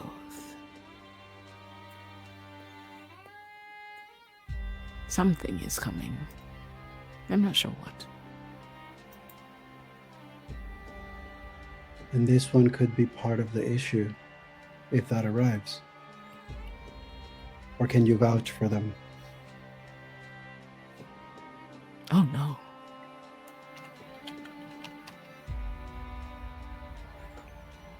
Clucky, Kreacha is trained in the way that we are all trained. which is Until death. Clucky, Oi. subdue them. Everyone, stay alert. Don't need to Petrichor, ask me twice. Riley.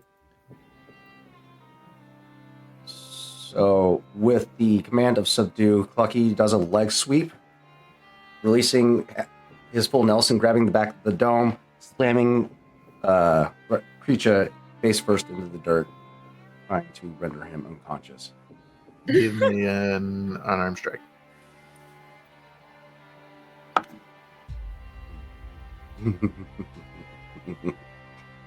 22. Hey, you hit. Go ahead and give me some damage for your unarmed strike. It's going to be 7. 7. Gotcha. Fairuz, go ahead and let me know if suggestion has anything about rolling to resist the save if they take damage.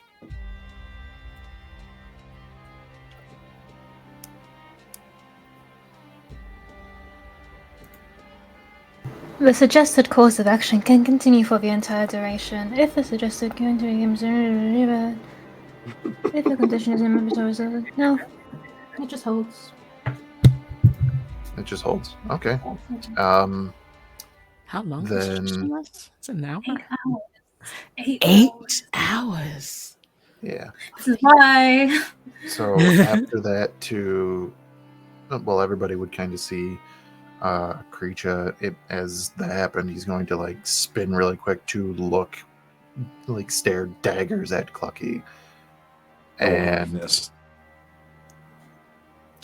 give it another hit, or give it another attack roll. I would not do that if I were you. I did it recklessly, and I rolled 2 nat ones. Holy shit. Hey, Ruse, why is that? Because I would recall you are strangers in a strange land, and these are the people who know these caverns well.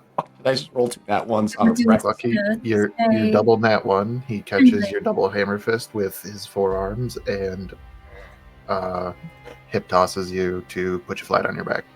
Oh, that's spicy. I like that. And that is exactly what they say. Friendly, flat on his back. While friends still remain. Clucky, Lucky, extremely impressed for the moment. Xanthi holds back a Alright. laugh. Borrow just gestures to Clucky to hold. But he just stopped me from hammer fisting him. That was pretty cool. I want to fight him some more. So in this moment, that now that Creature is standing up, looks to knock and goes, "Their impudence will be stopped as soon as your escort arrives." Borrow. Footsteps. Tanakh. Several different minds showing up, sort of open channels. And Creature was closer than you were.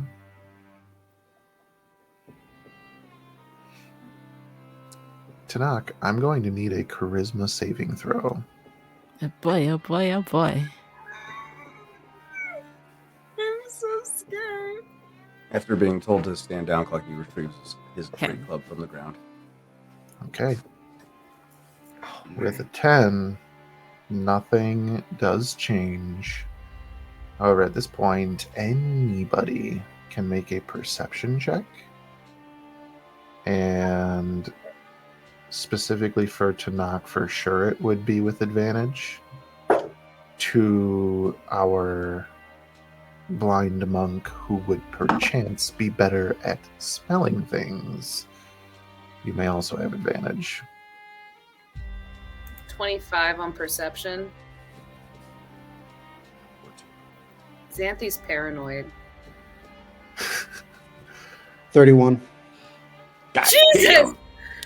The blind man sees more than anyone else. God damn.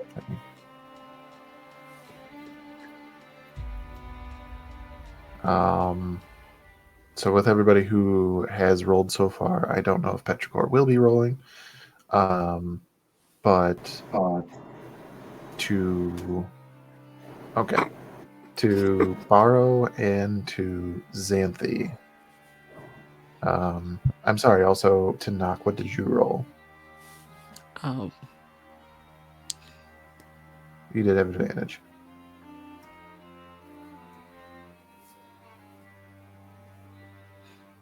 $21.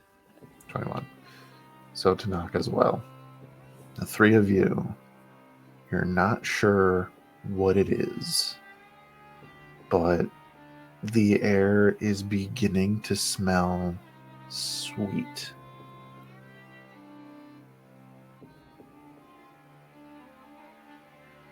and I don't recognize it.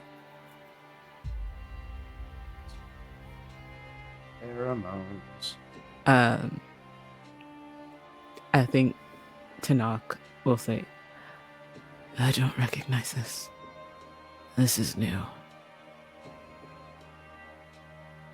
That is not good. What's not good? The smell?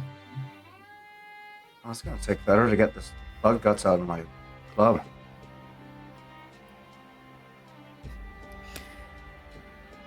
Hey, Ruse, do you have any advice for protocol? Since you know these parts more than we do. You're looking at the wrong person who knows these parts, and then she looks at Tanakh. What are the voices saying? One of us. If you are listening, Mhm. like, because it's kind of open channel sort of deal, once they kind of get within that range, you then kind of get group chat that includes Kreacha, where now you are sort of being filled in midway through. Rather unruly. Please help restrain and escort this tithe to the monarch. Oh boy. We're in trouble.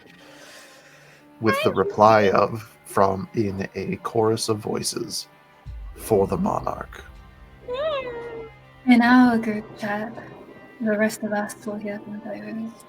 This might provide an opportunity to be taken deeper into the city without fighting our way through an entire colony.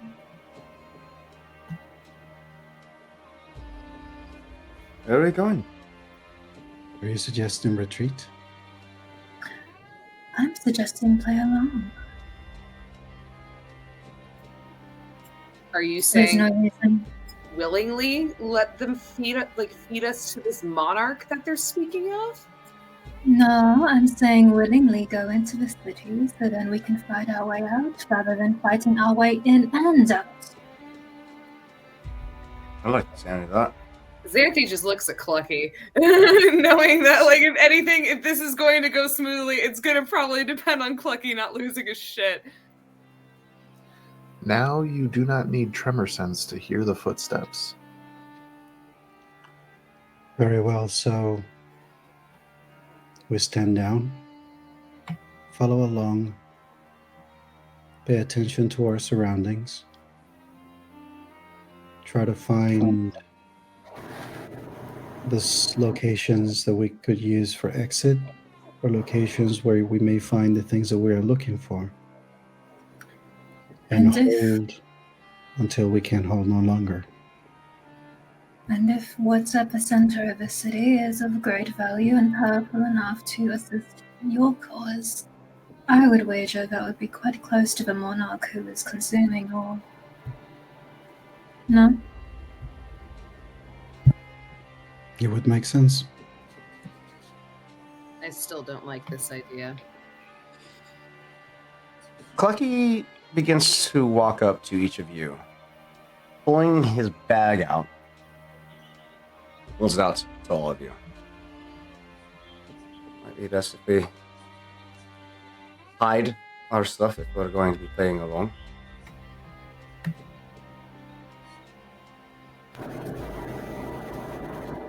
You can put it in my lamp. He's holding out a bag of holding, so.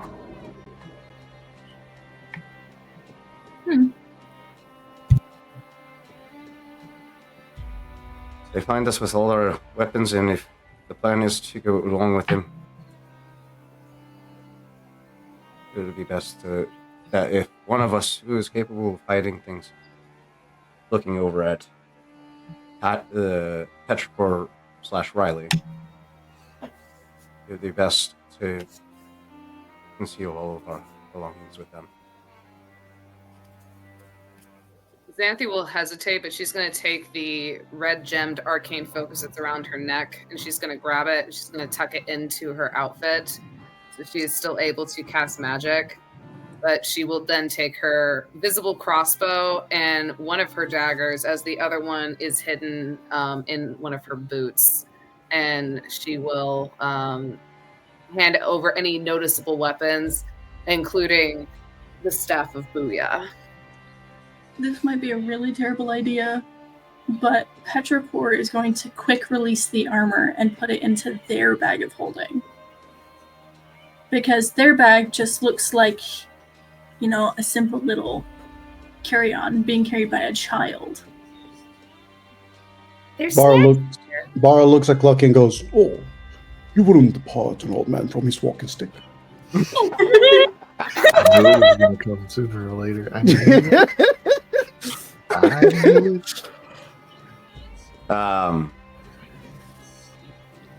Not going to Tanakh, because this is a new face to Clucky, and Clucky doesn't exactly trust this individual like he trusted Mindspeaker. He goes to the windy one, Beirut, holds out his bag. Do you have anything you would like to conceal? Or protect? Nothing that isn't already put away. I realize Fairuz also has a bag of holding, so. Hey! Well, we can't conceal bags of holding inside bags of holding. That would be bad. Yeah, let's not do that. Can you put a bag of holding inside a bag of holding? No, No, do wait, not do you're that. welcome to. There's a rip in space and time. That's how you create a nuke. More like a black hole. Also, why does everybody believe that Petrichor's going to be able to do something in this situation?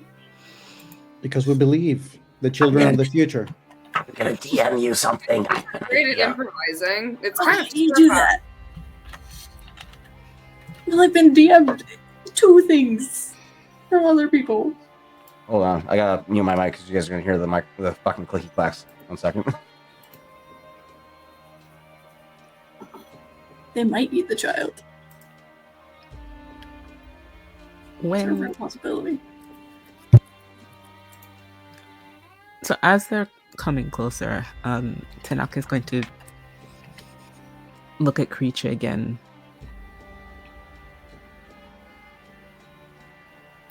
We shall go into the center. Of course. We have to take the tithe to the monarch.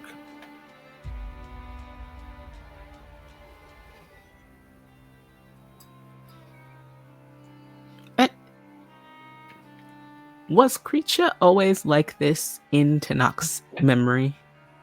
Creature was a determined soldier, but not zealous.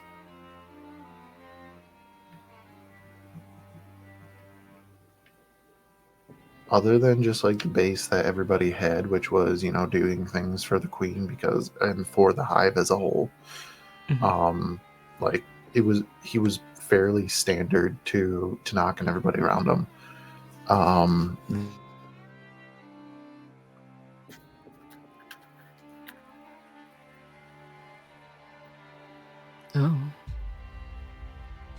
That is frozen. Oh no. Am I back? It looks like You I'm are. back. Okay. Yes. I still heard everything. Did you guys hear everything?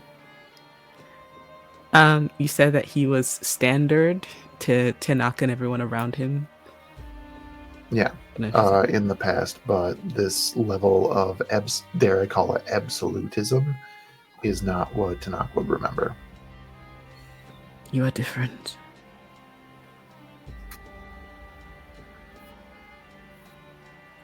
How?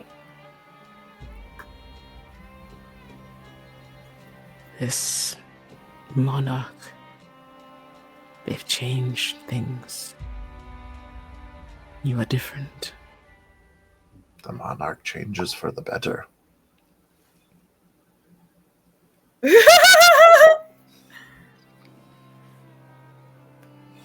You were not like this before. Do you truly believe?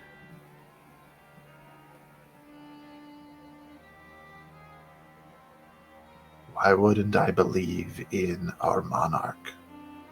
Our monarch is our queen.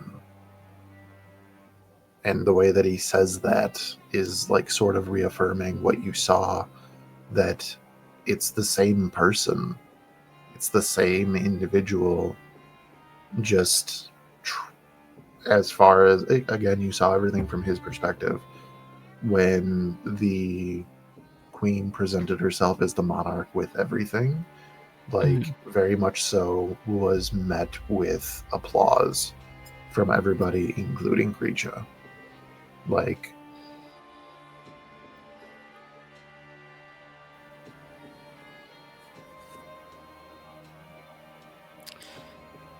Then, for the monarch.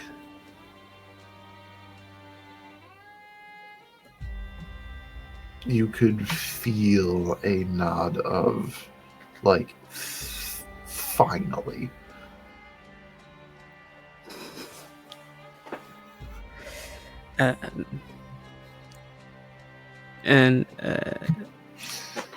Oh, I think I'm back. I don't know why this is happening tonight. it's all right.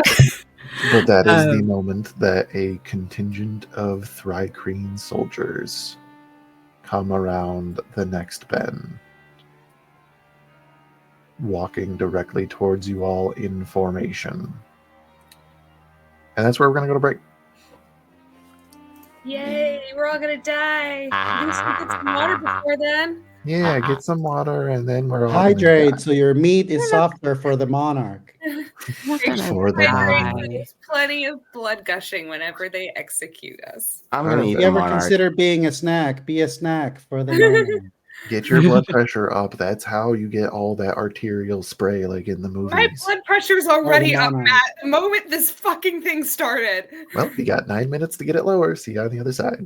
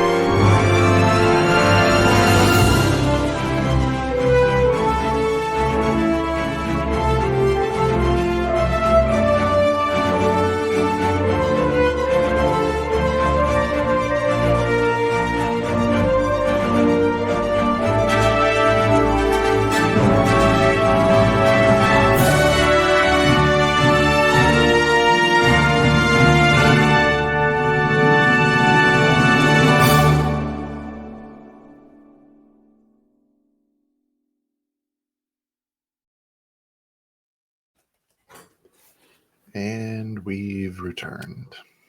Once again, to the dimensional dial of Dr. Diago. As we left off, the party saw a contingent of Thrycreen soldiers peeking around, or should I say, processing around the corner into view of everybody. And they march directly towards you all. Uh-uh. And in this moment, Kreecha looks to Tanakh and puts up one of their hands, just a little nod, like in a gesture of like, don't worry.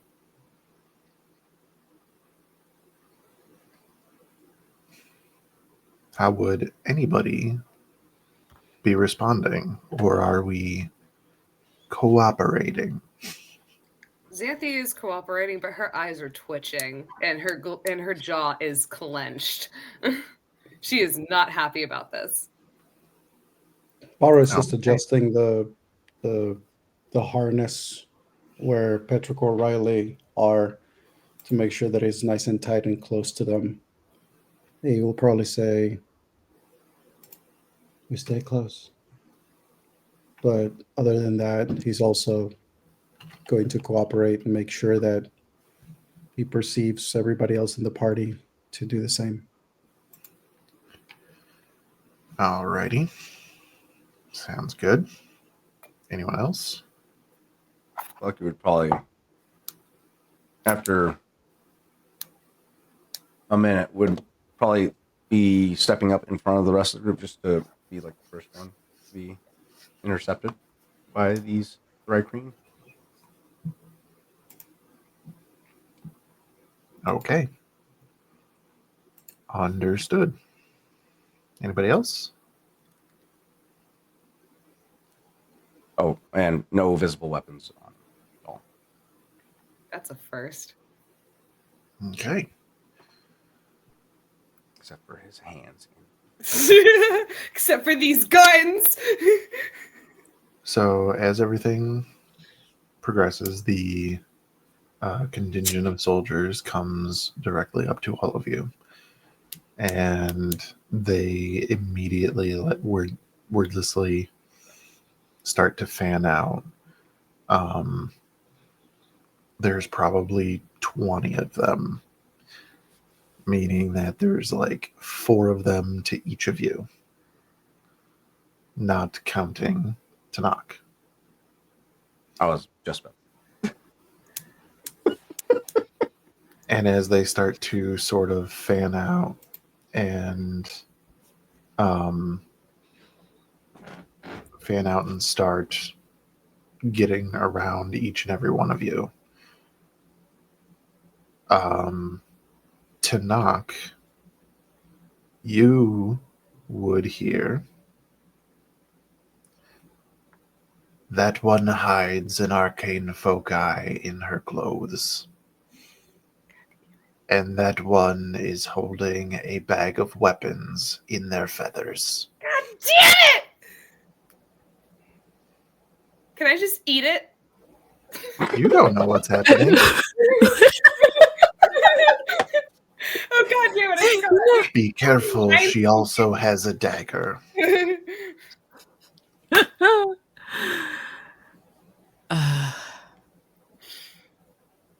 And I think Tanakh has this little moment where their head cants forward, almost like they got knocked in the back of the head by something. And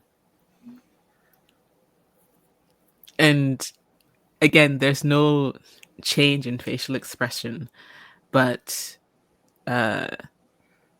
he says, "I'll take them." Alrighty. As all of that happens,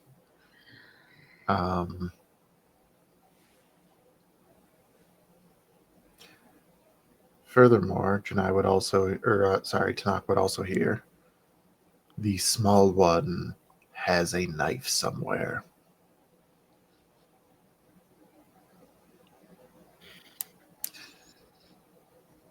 And while this, as they have all fanned out,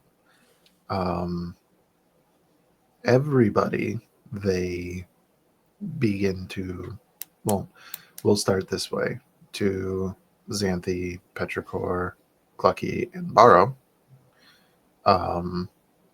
They start to take the items mentioned, and even though an item was not mentioned, Barrow, one moves to take your staff. You have to say it now. Do it. Do it. I think there's a moment where they go to grab the staff. Barrow lets them like grab it, and as they pull it, they just kind of like slightly tug, and it's just that moment of, oh, would you remove a staff from a blind man? The one that is trying to take it from you hesitates for a moment and, like, just sort of thinking. And Tanakh would hear, he uses that as a weapon. And then, in that moment, to the audience, they reach forward and take the staff from you. So cruel. He lets them. This one, then, this is the first time that a Thrycreen other than Tanakh / Janai speaks directly into your mind, Barrow. If you are having trouble walking, this should help. And the manacles that they put on you, they tie a rope to, which this one pulls. Xanthi, they make to remove the dagger and the arcane focus that they were told about. There is a moment where she, as soon as they lay hands on her, she jerks in just reaction as like to attack, but she kind of stops and withholds for a second as she is not happy about any hands being put on her, especially if they're taking her fucking shit. And she just clenches her jaw as she like balls up her fists and keeps them at her side and lets them take what they want to. As the arcane focus is taken off of her, the crunching of bones could be heard as the wings recede back into her body. They sort of are rather timid as this whole thing happens, but if anyone looks sort of slightly scared, Xanthi just kind of looks at them and just goes. If they had facial muscles other than mandibles, they would react. But they do like let you retract your wings, and afterwards, Xanthi is placed in a set of manacles. There is a finger of the child. So, Petrichor is still on Barrow's back. Not if anything to say about it, they have. That was my question. Actually, Petrichor would have remembered that they have the knife and would have, like, as they were walking forward, because of their other mission that was, like, first priority, like, as an afterthought, would have undone the belt and let it fall to the ground so they weren't wearing it. One of them would pick that up. And I will say above table, knowing that you are a sneaky snake, good on you, because if they had to look for it, they might have found something else. Mm-hmm. So, the dimensional dagger of Dr. Diago is taken from you, and you are removed from Barrow's space and placed in manacles of actually your child. I don't think that they would have child-size manacles, so you probably would have just ended up with your hands tied together with the rope. As long as I am close to Barrow, they are being very, like... Imagine, if you will, like the manacles, staff, and rope thing happening with Barrow over here facing right, and then the taking the dagger, tying the hands of Petrichor facing to the like they have separated you two by about 10 feet. Cool, that's so within blind sight radius of me, so we're good. Clucky's just staring daggers at the ones handling Riley right now. It's like, do something fucking weird. I promise you. Speaking of, there are ones who are trying to put manacles on Clucky, and one makes to remove Clucky's bag of holding. Hey, how did you find that? I hid that so well. How did you find this? I mean, current instructions were to play along, Clucky. For everything above the table, just so that everybody's aware, Petrichor rolled very high to hide their bag of holding. Clucky did not roll as high, so... What do you mean not as high? I didn't roll it high. I rolled a 12. So Kreacha, as this was happening in front of him, saw where Clucky put it, and Xanthi made no roll and just tucked things away. Yeah, buddy. So Kreacha was aware. Could've So knocked that him brings out. me to our last person here, Feyruz. As you... Ooh, I just got a message that's spicy. Ooh. Ash. So, you know that feeling when you're sort of driving on a very blustery day and or walking and there's no cover and you can sort of feel the wind resistance against your body like almost blowing you away? Mm-hmm. Favours is standing there expectantly waiting to be manacled, but as they're trying to put it on her, it's as if there's like some sort of force sort of very like subtly almost moving them away. But she continues to stand there looking at them like they're the idiots. Are you casting something in this moment, or... No, that's just for flavour. I think it's funny because we know she's generally airborne one way or another. Just for flavour. They'll get them on her, Yeah, but it's just funny. it's just... We'll give that. There's just this moment where the one with the manacles is just like struggling, kind of looks up at you for a second. You kind of like... And it gets angry, like takes those forceful steps, pushes through, and puts your manacles on maybe just a little bit too tight. Once everyone is once everybody is shackled, they all sort of nod in the direction of Kreacha, who nods to Tanakh and says, "The monarch awaits." Do I have their things? No, the guards who took their things off of them have them. Um, To answer the question, because probably some other people would have it, front. For the audience, that was shackles front or back, shackles in the front.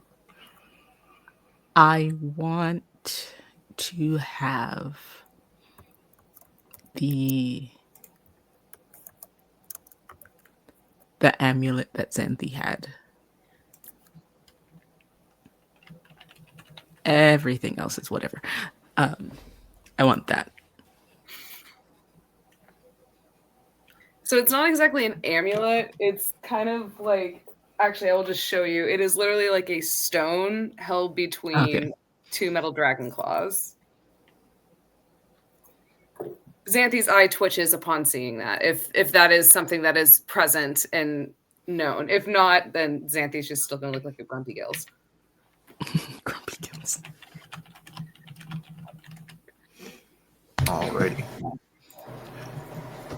With all of this being said, that being said, if you wanted that, just really quick, you would have to get it from that guard. How would you go about doing that?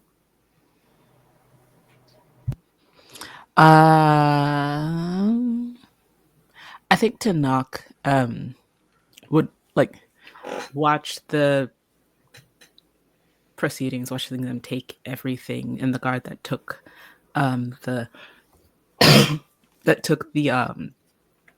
the stone from Xanthi, he would go over And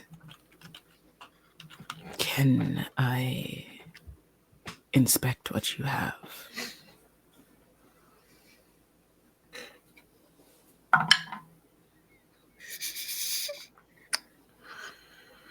An insight check. And with it being a natural one, they don't even look your direction and hand it to you. Hell yeah. Thank you.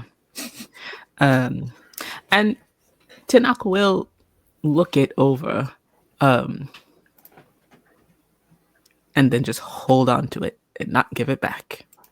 You can Okay. tell that it's very old and very beaten. It looks like it's been through some shit. There is some like charring and like some burn marks around the edges of it, as well as what looks almost like lightning had struck through the metal at one point.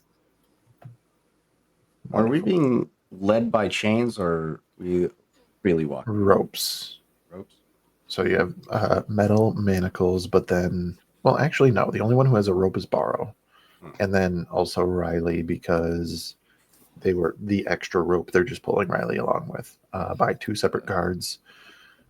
Everybody else, it's sort of, there's two people or two soldiers, I should say, in front of each of you, and two behind with glaives pointed to incentivize you to move forward.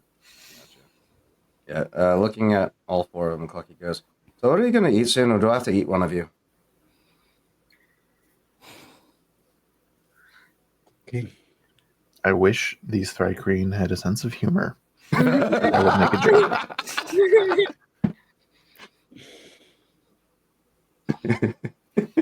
What's up, dear? Question, just with these Vespetrella Thrycreen, do any of them look more decorated than the others that would indicate a slightly higher rank compared to the rest of the soldiers? Two of them. One that is escorting. One that is in the front of Clucky, leading the procession back. And another one that is escorting Xanthi, that is staying close to Tanakh. Therese is just going to keep those two in mind. There's another one that doesn't necessarily look higher in rank, but it definitely, double checking here. Nope, it's this way. Not you. You.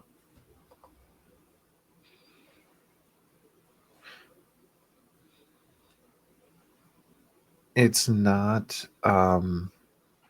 as physically large as the other ones, and it does still have one of these glaives. It is walking behind Borrow, but rather than having the glaive pointed forward, it's at sort of a resting position behind them. And notably about that one, whereas the rest of them are more like brown or reddish in color, in those sort of hues, this one is blue.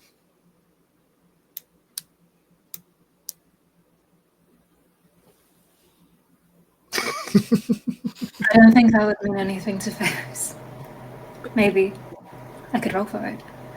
Are blue ones common? Is this Not a new? common at all, and it's something that Tanakh would be aware of. Young? Not young. These, so you are being escorted by, because ranks would have been given. So I said that there was roughly 20 of them. That would bring us to, we're going to call it 10 Thrycreen scouts, 7 Thrycreen hunters, 2 Thrycreen gladiators, and then 1 Thrycreen mystic.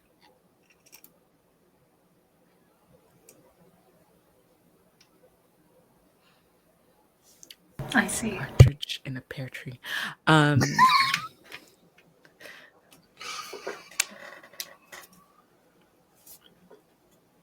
And the blue one is one of the The blue one Which is one? the mystic. mystic.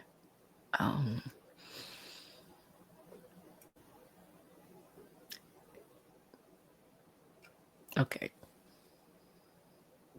Of the scouts, because Tanakh is a scout. Do Also I Creech is a scout, so that would be yeah, technically 11 scouts. 11. Um, do I recognize any of the other scouts? Give me a It's percentile a roll. big city. It's a big city. It is a So big city. I don't expect to know everybody. That Mhm. would be ridiculous. Um,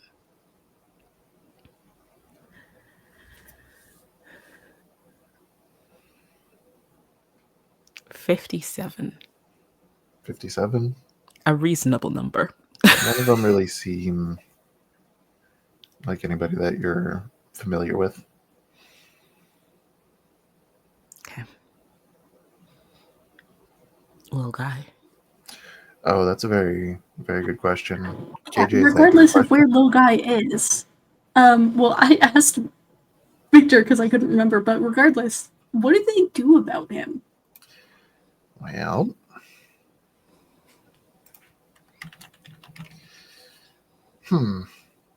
I guess that would. So I was told last time that we play that the default is that little guy is with Borrow.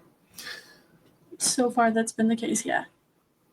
So if that is the case, then as everybody was putting things away, I will ask retroactively, Borrow, what would you have done with little guy? I mean, I don't just have a way of communicating with little guy. More like intentionally. So I probably would have attempted. I think I would have attempted to see if I could conceal them somehow, because they usually are, like sort of like under the robes that he has, like near the shoulder, neck area. Given that little guy would be helping you, just for the sake of argument, roll a sleight of hand check at advantage and add a d6 because little guy is helpful. Yeah, you get me one of those things. That's a 19. Wow, you must have rolled really low. With a 19 still, we'll say like if he's, I don't know, under a scarf or in the robes or whatever the case may be, he's not found and he remains stationary with his tail light dormant.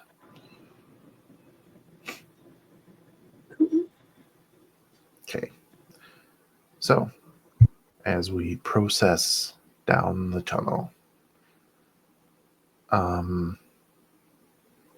it's a very long walk and it is not very comfortable for everybody here.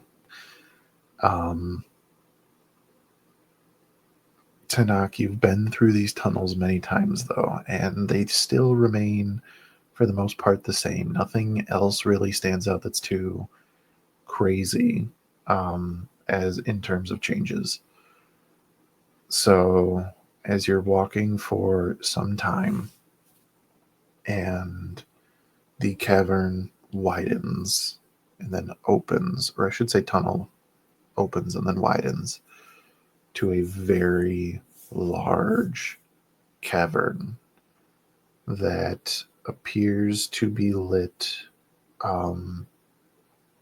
with many different like torchlights or braziers kind of spread around. There are a few spots where you can sort of see that there seems to be some level of glow emanating from crystals, providing a different level of light. But other than that, the city that you see before yourself, sort of picture like, you know, honestly, you could picture it like I want you to start with that image that you first get of Moss Isley. These like sandstone buildings, lots of dome-ish structures, some that are just jutting out further than others, but all surrounding a larger pyramidal type building in the center. But I will say that differs this place from Moss Isley. That was a spaceport, and you're supposed to sort of get the tone of like seedy underbelly of the galaxy. This is not that. Picture if Moss Isley was like walking into Rome during the height of the Roman Empire. It seems to be a like cultural boom in the city, and there are hundreds of Thri-kreen moving back and forth from place to place. What is unnerving about it, even though it is like this hustle and bustle of the city, every single person is in an orderly line. There's no chance of like two people running into each other or tripping over each other. Like somebody going from one cross street to the next is seamless. Like it was meant to be, like it was choreographed. Tanakh, you know that this is just part of being a part of this sort of hive mind mentality that everybody has. While they are individuals, they're all still connected. So everybody's intent, at least for the most part, baseline, is easily readable by those around them. So even like exchanges between merchants and consumers, it's kind of like as somebody's approaching, the merchant is already bagging something up to hand it to them, where there's a quick exchange and then they move on. It is, dare I say, industrial. And there are those who are bringing just sacks of, like citrus fruit or meats or crates of various supplies that are all moving from place to place. And what you can kind of garner is that the most of what is happening is a lot of these things that are being carried in are heading directly towards that pyramid at the center of the city. And then from there, it seems like some things come out and are distributed certain places. Whereas it's kind of going in where there's like a large crate that kind of has a little bit of everything in it. Stuff that's coming out is like, this is a pallet of all large pieces of metal. This is a pallet of all foodstuffs. This is all a pallet of, wood that could be used for building. It's almost like going into the temple is sort of like a like things kind of get sorted and then redistributed throughout the city. Doc, you kind of understand this, but this is not how it used to be done. It's almost like now, like you can kind of get, you don't even need to roll insight for this.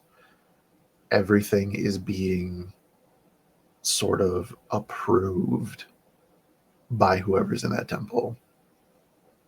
Everything that comes in, like normally if you brought in, like you found, we'll say like you found a small store that had like some weapons in it, you could take that directly to a merchant when you came back.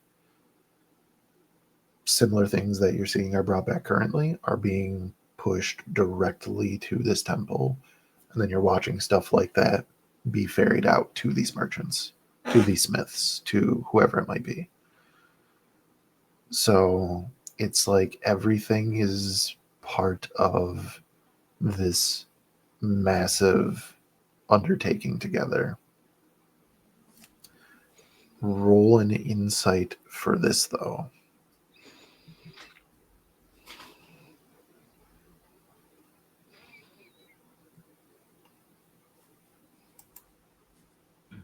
It's a 3. Alrighty. With a 3, With a 3, no further information is garnered. Before I allow everybody their sort of reaction to all of this, I will need a perception check from everybody. From Baro, Tanakh, and Xanthi, you may all have it at advantage.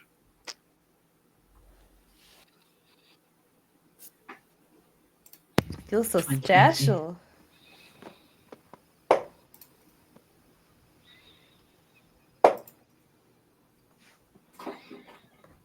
$32.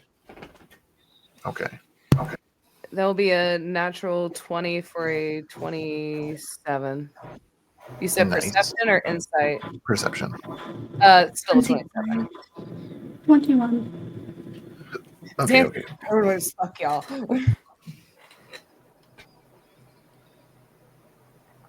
What did we get for Tanakh? 20. Okay. So, very good, very good.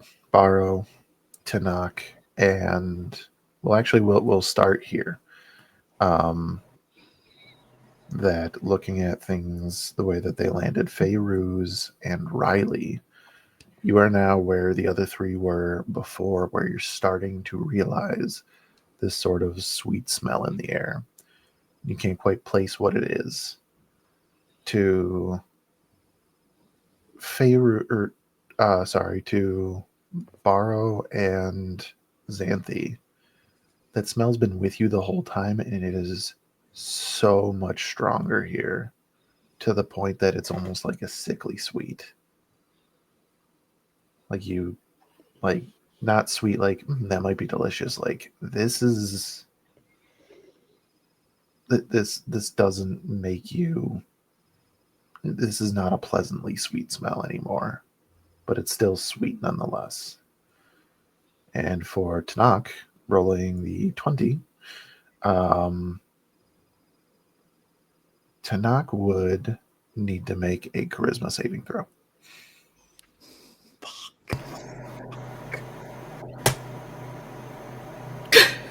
Come on, Tanakh. Oh god. Oh, no. No. I rolled a nat 1. Oh no! Oh fuck! Oh fuck! God damn it! With a nat 1, It's like a fucking Bath and Body Works up in here. describe to everybody Tanakh's thoughts entering the city again for the first time in years. How they're reacting to seeing all of these things, what might be going through their mind, and then describe what it looks like as Tanakh is assimilated into the hive mind.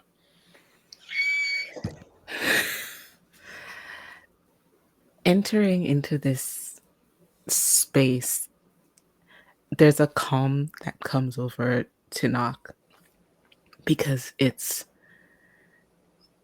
humans on the outside. They're so disorganized. They move about and they bump into each other, and no one says what they're truly wanting at any point. And being a passenger in his own body, he had to bear witness to how they interacted with Janai, how they interacted with each other. And seeing this again brings him such a sense of peace and calm, despite seeing the changes, despite knowing that things are different.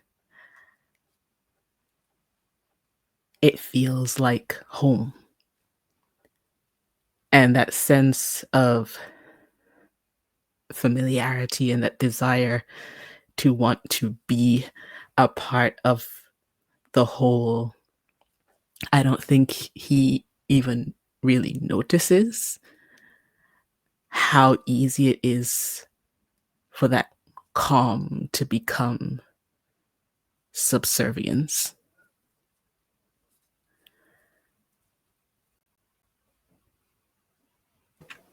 to knock. What changes? You have the overwhelming desire to bring whatever you deem something useful to the monarch, not your queen, the monarch. This being that you definitely view as a more than an ally, a trusted friend, perhaps family member, somebody who is worthy of your adoration and service. And you think that you need to work harder to serve your monarch.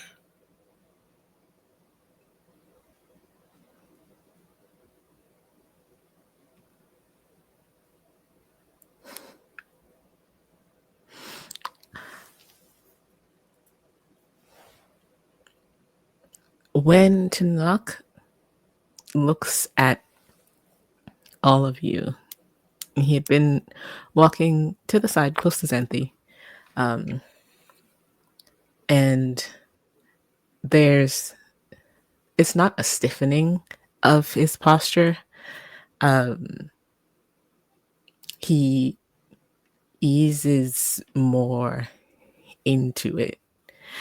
And I think, Xanthi, because you're closest, you feel like the pressure of something, like something trying to reach out to you that is cut off.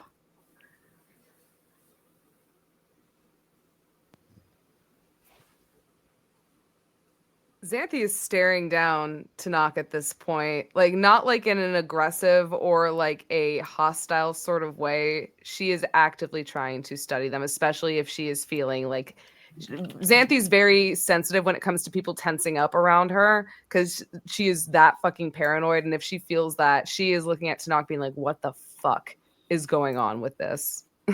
But also on top of her just feeling sick upon like this sweet smell that's in the air, she she can tell something is very fucking off, and she's now watching Tanakh like a fucking hawk. Yes, Victor. Couple of questions.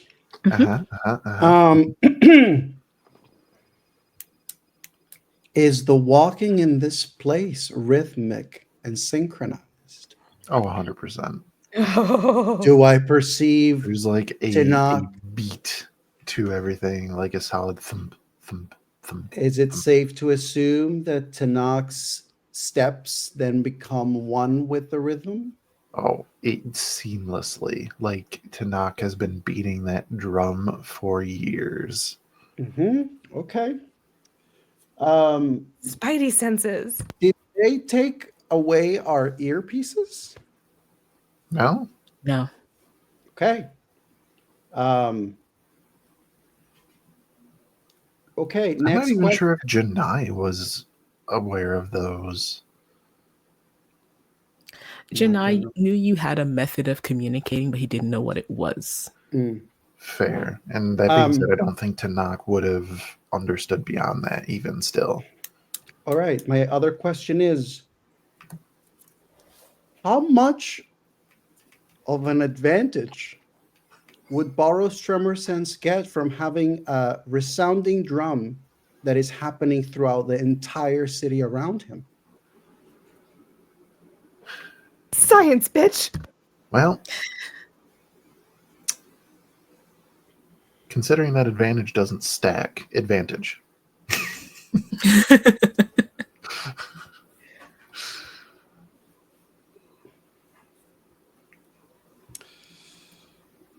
That'll be a total of 33 with a nat 20.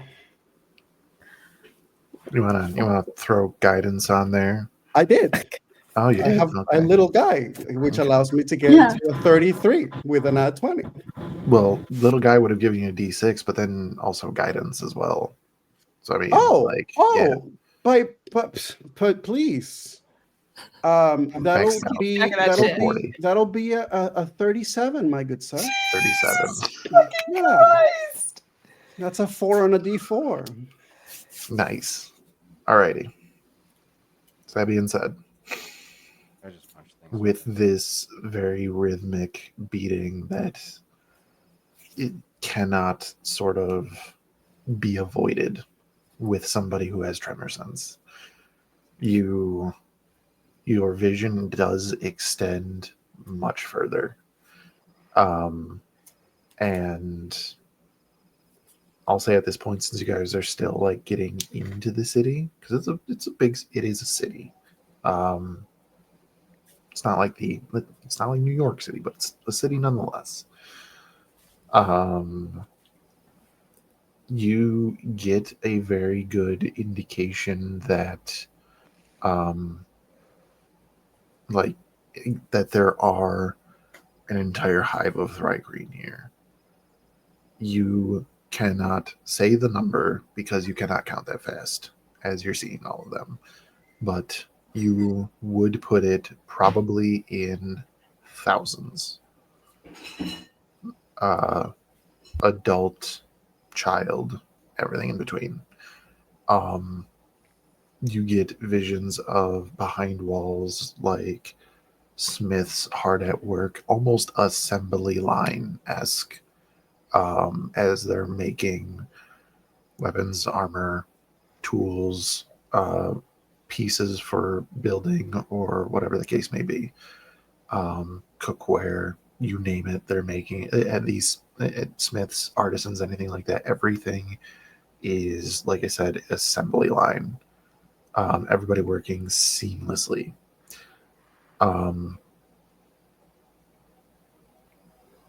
There is groups of younger Thrygreen standing in orderly fashion in certain areas, as they are all practicing movements with training weapons, moving things from point A, or like basically doing forms, like picture a martial arts class, but it's to a evenly spaced school, or like class, I should say, of like 100, like 10 by 10 solid, and every single movement in perfect unison. Would the Furthermore, forms, sorry, would the forms be forms that I would recognize as no, forms also practiced or no? not that Borrow is practiced, nothing to do with the Way of the Wind Monastery. This is exclusive to the Thrygreen because they can do martial arts techniques that those with only 2 arms cannot. So, there are other classes as well happening, though smaller, where you will have that rhythmic moment as you sort of see, um, classrooms with tables with weights on them. And as the instructor makes a signal, those weights are no longer on those tables. And with another signal, the weights return to those tables.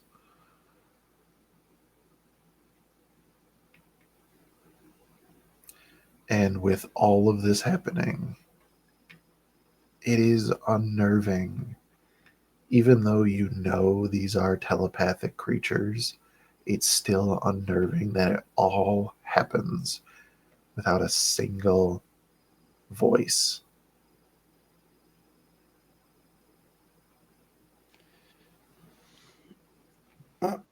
I'm going to say that Borrow is definitely going to keep the advantage of understanding and perceiving this rhythm as they continue to move into the city, with the mindset of what Feyruz mentioned about the center of the city, the monarch potentially being at the center, all that stuff.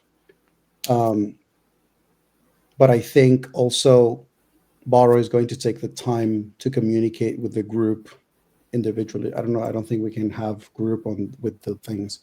So, but I think he's going to start communicating with Riley first, as he says,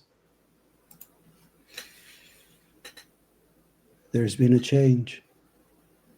Tanakh, I believe, is like them now."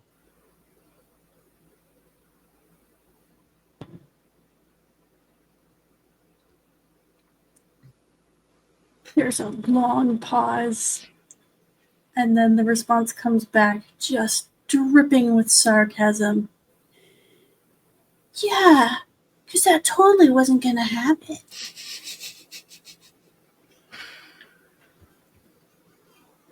Riley, could you help me find and direct in which direction is the center of the city?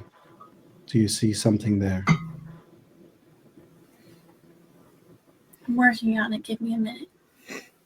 We'll give the general basis of where center of the city and kind of what objective we're looking for is. You are directly or on a road that is directly pointed at that pyramid. Mm-hmm. Efficiency. Okay. With, I think I'm going to take the time to, one by one, I go party member, party member, party member, to let them know we may have a problem. Tanakh is now acting like them. We may no longer have them, though I never thought we did, on our side. So we need to be alert.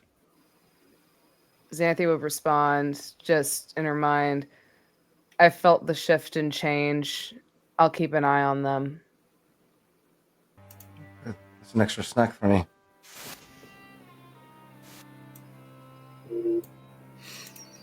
Okay. I just realized that I didn't put the music back on. Musica. The other thing that I would say Borrow is going to be on paying attention to Matt throughout this whole journey with the perception that he's having because of the rhythm of the pacing. He's going to try to see if through that pacing and the reverberation of the tremor sense, there are any areas like pathways or tunnels or sections in this city where there actually is no movement, where the vibration maybe gets to a place where there is an entry point or there's a tunnelway or a pathway, but there are actually no going in or going out, to mark that in his head of there seems to be an access point here, or there's something here and there's actually no activity. I will give you that there are, from your perspective walking to the city, you would see 2 tunnels leading downward. And even though the echoing kind of shows you that the tunnel is there, it goes deeper into the tunnel, which just kind of goes down a little bit, but you can't quite see what's beyond it, and you have no vision to that area beyond. Now, those dead spots, I'll call them, are within the range of what you're getting with this boosted tremor sense, sort of. So you should get something if there was any sort of movement there. You can assume there's not. Gotcha. After that, it's just going to basically be anticipating whenever his ability allows him to perceive whatever's in the center, in that pyramid or inside the pyramid. Alrighty. That we'll have to figure out momentarily. Just double checking some messages that I got. Okay. At this time, just because I like drama, I'm going to do a quick thing. We're going to... Boop. Boop, boop, boop, boop. Oh no, it's me. I want to do this for purely dramatic for the audience situations. Just to let them see this. And for this point, the rest of the party is the audience. So, Ren, can you tell us what Janai is experiencing?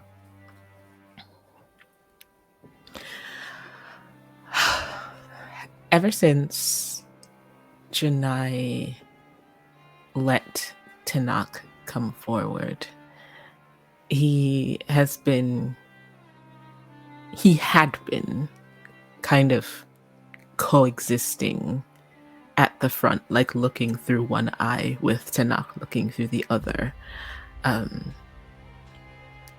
As Tanakh began to speak with Creature, he felt a shift in position, and suddenly he was sort of still looking to see, but it was like he was further back, pushed slightly further away, the focus getting more distant, like looking through binoculars, a telescope. But he was still there. He wasn't trying to push for control, anything like that. Because in this space, sitting back, he realized what Tanakh must have experienced while he had control, and for the sake of fairness, he wanted to give him that. He gently encouraged him to do something about Xanthi's amulet, just pushing just a little bit, but still unaware of how much control he was about to lose. Because as he allowed Tanakh to move forward, allowed his friends to be placed in manacles and taken, he was concerned, but Tanakh wasn't an enemy. Not completely. Not fully on site, but not an enemy. Now, he felt the change happen, and it was like he was shunted even further back, and instinctively he tried to reach out to whoever was nearest to let them know something had changed, and that was Xanthi. But this is Tanakh's body, and he knows it didn't get further. He's not sure. He thinks he can take control, but Tanakh had a lot of time to wait.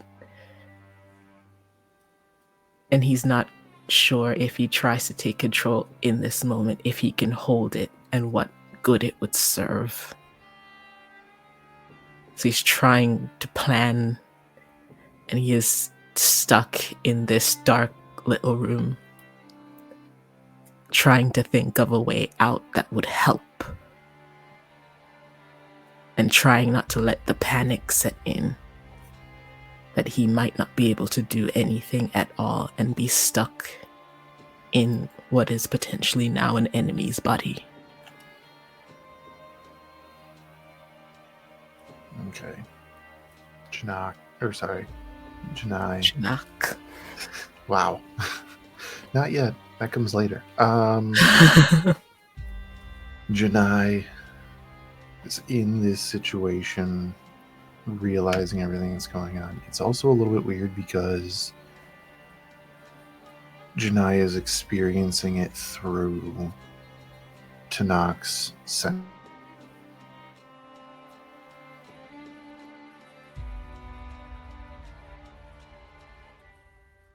Oh, wasn't just. Am I back? Yes. It wasn't just having this moment of like Tanaka's acting different. There was a shift in how Tanak was perceiving the world around them. So Janai would see the shift of this like sandstone-esque city as it shifted to this brighter lit, almost like any sort of rough edges gone, any displays of something that would have been a imperfection have been eliminated and perchance corrected. Tanak is viewing this city as a utopia. And Janai watched that visual shift happen. And it's beyond sight as well. As Janai would go from hearing just like the inside of the cave and the rhythmic footsteps and the rhythmic, like just sounds of the city, to hearing that rhythm as sort of a drum cadence behind a very beautiful song. And almost on repeat, every perchance like 32 beats ish, there would be a chorus in unison saying, "For the monarch." For the monarch.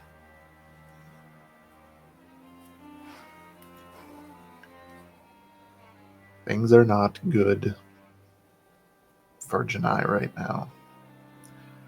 But as Janai is biding their time for this perhaps moment that they need, we will bring back the rest of the party. Ooh, this one. Nope. I lost my layout. Where did it go? That's the one. Got it. And now overlay. Because we are professional. Okay. Welcome back, everybody. Have a nice little break. Fine. It's all gonna be okay, right? All good. As a certain seafaring pirate would say, it'll buff out. Oh, is that what you're going to go with? It'll buff out? That's what you want? Because a person in our comment section had a very nice retort to that. Now, with that attitude, it won't. Well, Poe, you need more positivity in your life. If Poe only knew the kind of shit this party's already gone through. Yeah, and you're continuing. You think that I'm not leveling up? Anywho. Oh, we level up? Okay, cool. No. Also, Bartholomew, Oh, welcome to the shenanigans. yeah, well, Yeah. welcome everybody. Party. Would Barrow would also be attempting to see if there's a way to locate, although he has an idea of where, but the source of the smell. Yeah, so I was actually wondering, have any of these Frykring communicated to any of us other than Tanakh directly?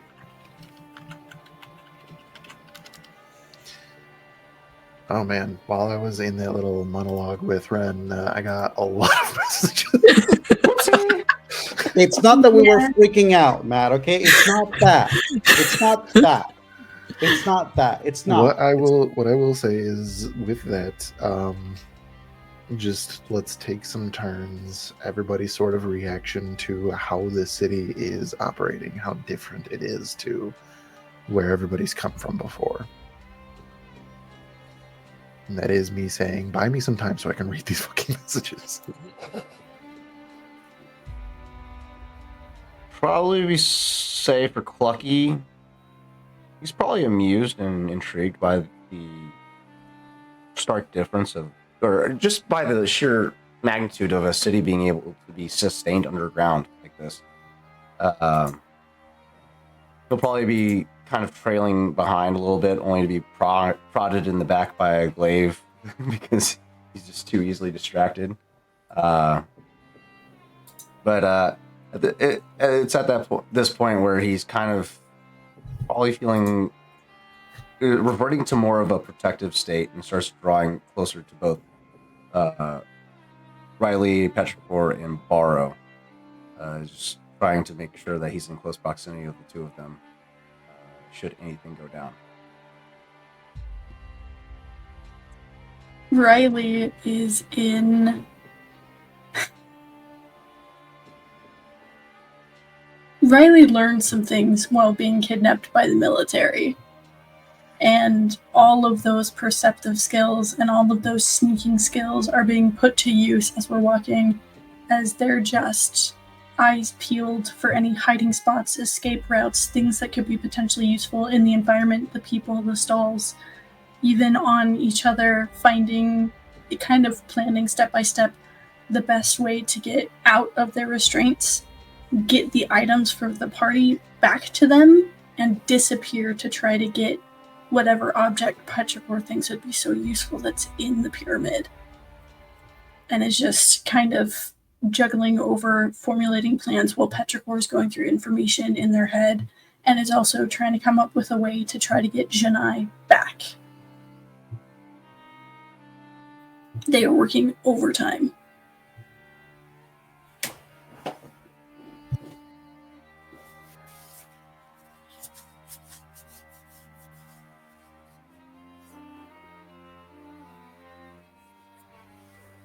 I would say probably Xanthi, again, kind of a lot like Riley, would be taking in everything. Her face has gone completely numb and just deadpan expression.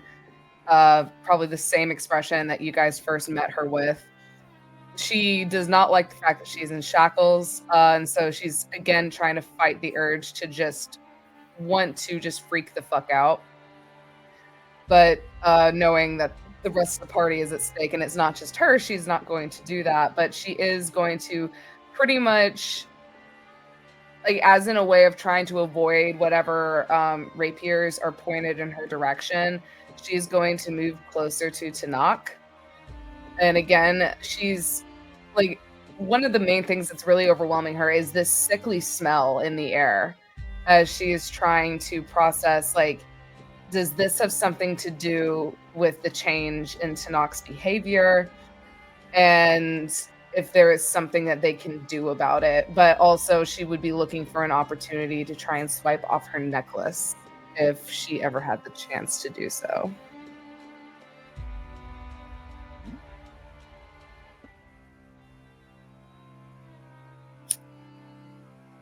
Fairuz is absolutely fascinated by the city, and her expression doesn't hide that. She is genuinely intrigued to finally get a chance to actually look inside, rather than walking above or around as she had previously, and she's committing all these little interesting details to memory, such as how much resources they seem to have, this boom in culture that had previously, as far as she's aware, been unheard of, topside.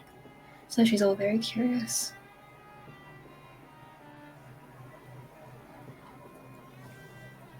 Oh, are we gonna get a chance to eat something? I'm getting a little hungry. Xanthi, for your part, I would say you saw Tanakh Janai's trousers, which, looking at Tanakh's actual body, they fit weirdly, but under the illusion they looked fine. and you think they're on because it helps with the illusion if there is something to match. Plug and hand. Yeah. Tenox doesn't like it, but you saw him put the necklace into a pocket. Okay. So, Maticus, are you able to take on shenanigans right now, or are you still going Still through look the messages? heavily committed to something right now. Yeah. All right. How Oh. many messages were you plagued with? So? I didn't count. This party is notorious for behind-the-scene messaging. But if it is possible, with how... So is Tanook in front of Xanthi currently? At your side. At my side. Okay.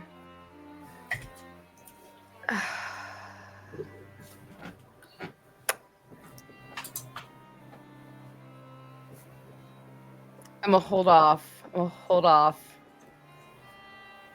Because she already tried to hide the arcane focus once and they knew where it was. So if she tried to get it again at this point, I'm pretty sure it would just get taken off of her again. So she is going to withhold from shenanigans.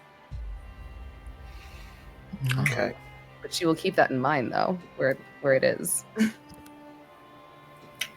Is one of the Thrycreen next, like, beside, in front, or behind Favors at all? Oh, yeah. She is going to sort of rub this copper ring on one of her fingers and cast message inquisitively. She's saying, "That's a nice scent in the air. Is it a perfume?" But as she projects that, she's mouthing the words of anyone else it could pass off as she was saying them out loud.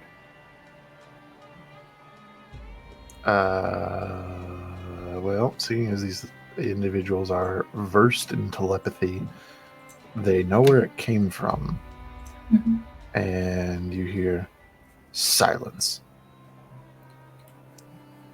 Rude. And for that point, Fairuz is an Agenasi. When she's told silence with no answer to her question, she's going to stop breathing indefinitely.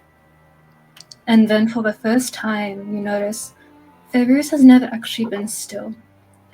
And it's almost as if every breath she takes, it moves throughout her entire body, and that's what's leading to the soft chime of the bells and the charms and the light flutter of the veils and robes that cover her. When she stops breathing, her hair, her robes, the bells fall entirely and don't make a sound. And she can do that until she's knocked out. Or otherwise. Okay. Smash? Smash. So, with everything else that was given behind the scenes, there's a couple things I'm going to wait for. But one of the big things that has come up about this sickly sweet smell, to those who I'm actually going to give it to Baro, Tanak, and Fairuz. Riley and Xanthi were the ones who caught on later. You can make another perception check. Or sorry. Fairuz is going to be making another check now. Xanthi got it earlier to the Xanthi got a fucking natural 20. Yeah. I think she both rolls she ended up just my our layout is different now, so I was looking at where people were. Was that for the perception? Perception, yeah. Oh, was it 25 earlier, really? Yes, but that just got you to noticing the smell. I see. You aren't at the sickly sweet spot yet. That is again at 25. Alrighty. Are we all rolling perception? Nope. Riley as well. In chat. Oh. In chat. I had the wrong screen up. 24, 23. This is the point where you are both also getting to the sickly sweet part. It basically just continues for the other ones. Clucky, you can roll again to see if you're starting to notice it. Because you're just hungry at this point. You know what? Because you're hungry and it's sweet, have advantage. Oh, okay. Saucy. I was gonna say.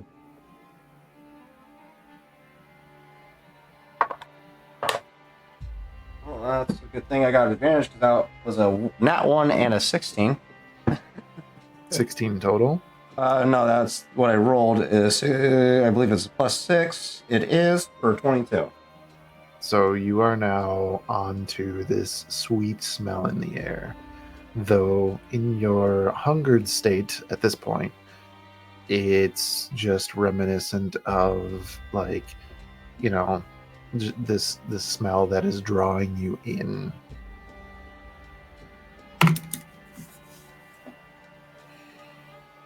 It's making you hungrier.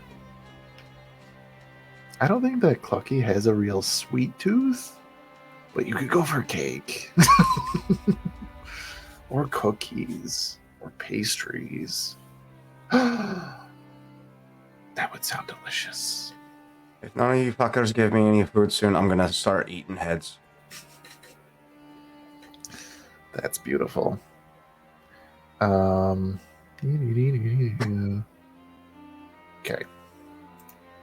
You guys are just wonderful. Alrighty. You guys are now getting a lot closer to the temple at the center of the city.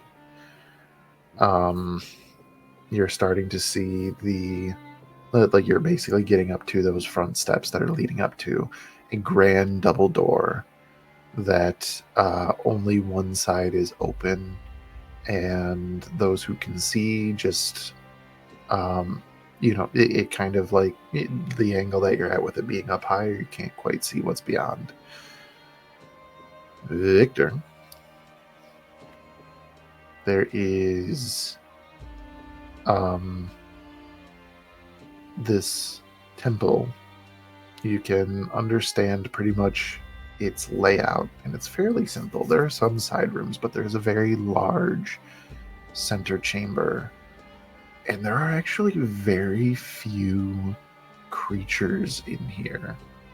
There's not too many. Most like things are brought up, somebody comes out, grabs it, and brings it in, and then through side entrances, somebody brings stuff out, gives it to somebody else, and then goes back in. So there's not very many Thrycreen at all in there. And when you look like to the center of this temple, it's just like reverberating with this pace that everybody is walking in. And at this point, though, that rhythmic beating is actually distorting the center of this chamber, that it's like each footstep is echoing on the inside, and rather than giving you a clearer picture, it's distorting it.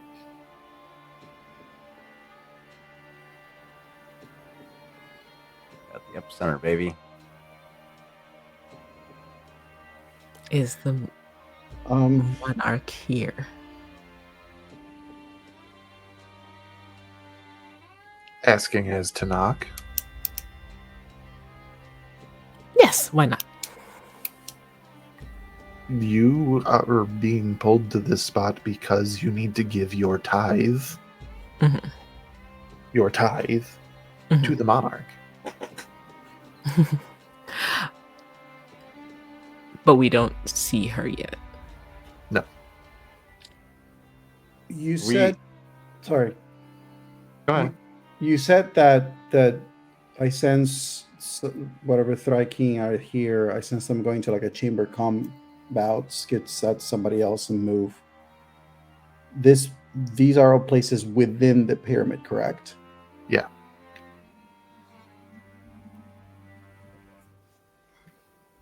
And whatever movements I perceive, not in the center that's distorted, but around it, of the Thryking going in and out. I mean, I guess that applies not just to the pyramid, but is there anything at all other than the party that I perceive that is actually not following the rhythm? No. Okay. Are we indoors by this point? Or are we still being Oh, you guys led are up still outside. Okay. And it's basically at this point that the soldiers that are with all of you start to sort of usher you up the stairs, and 4 soldiers come out from the front to collect all of you, but not to knock.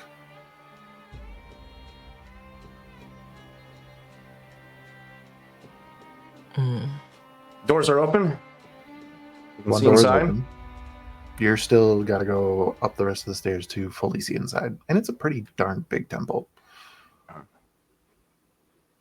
So, Fine.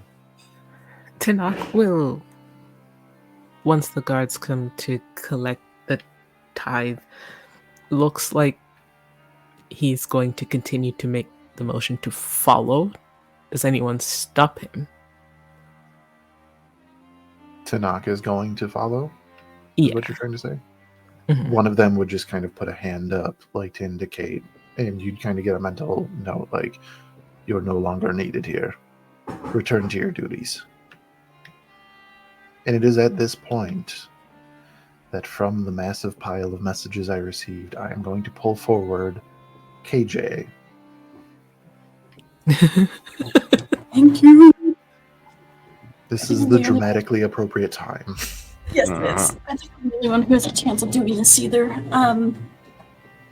As we get to this point, Riley's mindset shifts, seeing that Tanaka is being held back. And as Riley is still doing everything else, if you let me do it narratively, because it should not work mechanically, Petrichor is going to try to reach out to Janai using sending. That does mechanically work because Janai is on the same plane as you. Fantastic. And is just going to... I don't even know if it's words. It's more of instructions in feeling, like muscle memory. And what they are feeding you is how Riley blocked out Petrichor and how they've learned to switch to try to give you as much help as possible to take back control. But is trying to give you everything you could need to try to pull you forward, but this is the only way they know how.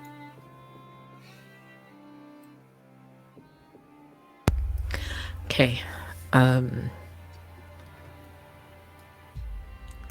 I think point 1, Janai is delighted that he's not alone in there.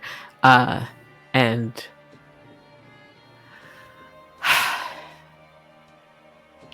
GM, if the owner of the body is under, I don't know how you would describe this, an enchantment or whatever. I have mine.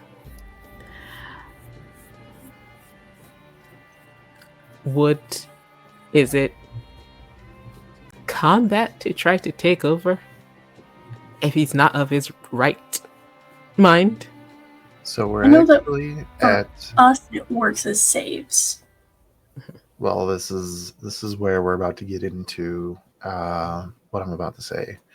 Fun fact to the audience: almost every single character at this table, in particular the main crew, be it as a reminder that Ren and Dia are guests for this arc of the story.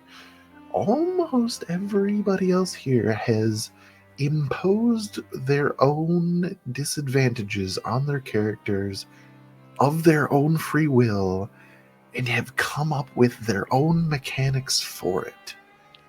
So, Let's see. I, Matt, the Dimension Master, ask Ren, how are you going to handle Janai attempting to take over when Tanakh is A, driving, and B,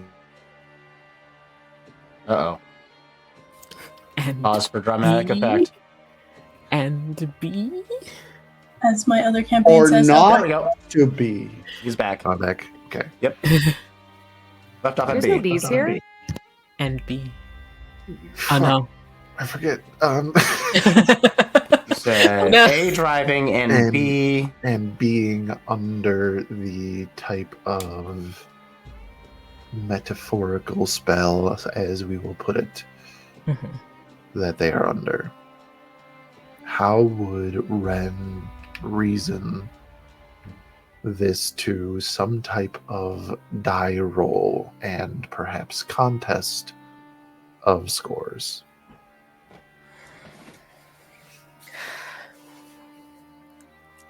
I think Tanakh, when he was fully in control, a creature of his own mind, he would not want to be this way. And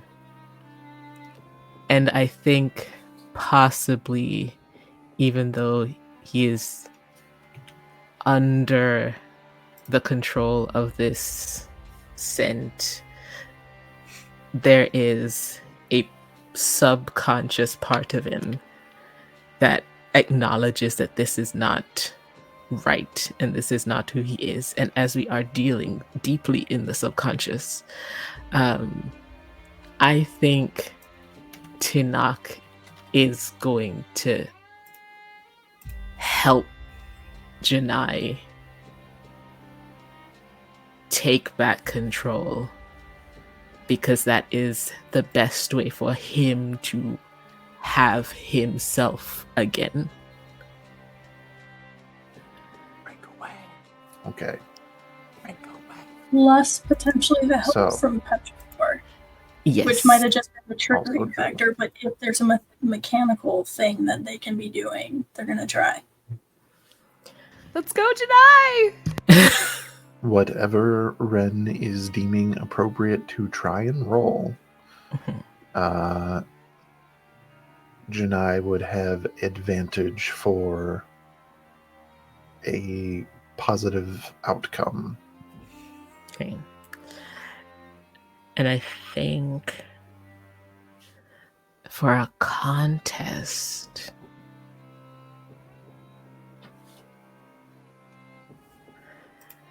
well, he was rolling charisma before, and so I think the charisma will be that force trying to re-exert itself. And then for Janai's part,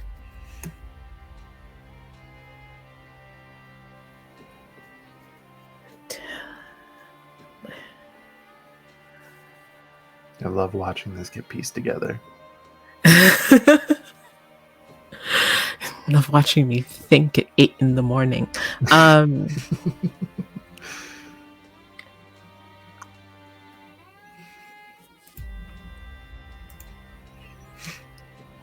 I think it's charisma versus would constitution work? Does that make Could. sense? You tell me. I know you're a GM. You got this. I believe in you, Ren. All right, I'll do charisma versus constitution. Okay. Can I try to throw in a guidance? You know what? We'll say since Tanakh is technically helping Janai, that Mhm. the advice from Petrichor is coming through as guidance. So you can also add a D4 to this. Nice. Okay, so Charisma. Rule of cool, people. You make your own fucking rules up. Okay, so that was a charisma of 6, and then advantage plus guidance. These are some soft rolls, people. It's a real struggle up in here. D4. Oh, 4. Okay. So, charisma was 6. Janai, with the help of Petrichor and the subconscious of Tanakh, got a total of 17. So this sounds like Janai, much like Queen, wants to break free. I want to break free. Go ahead and reset your themejig so that you are correctly reflecting as Janai. And then tell the class how Janai would like to handle this particular predicament. Janai, now back in the front, I think you are in front of him, and so you don't see the change happen. But all of you, in your mind, something that had been suppressed, that maybe you hadn't fully realized, suddenly opens again. And it's not a sigh, but you just feel like this wave of relief. What I will interrupt really quick to say, because Yes. you're in a very specific spot here, Mhm. where Janai subconsciously has broken free from all of this stuff and taken the wheel, but the body is still under effects. So you're still able to do things and react accordingly, but there's a resistance to all of it.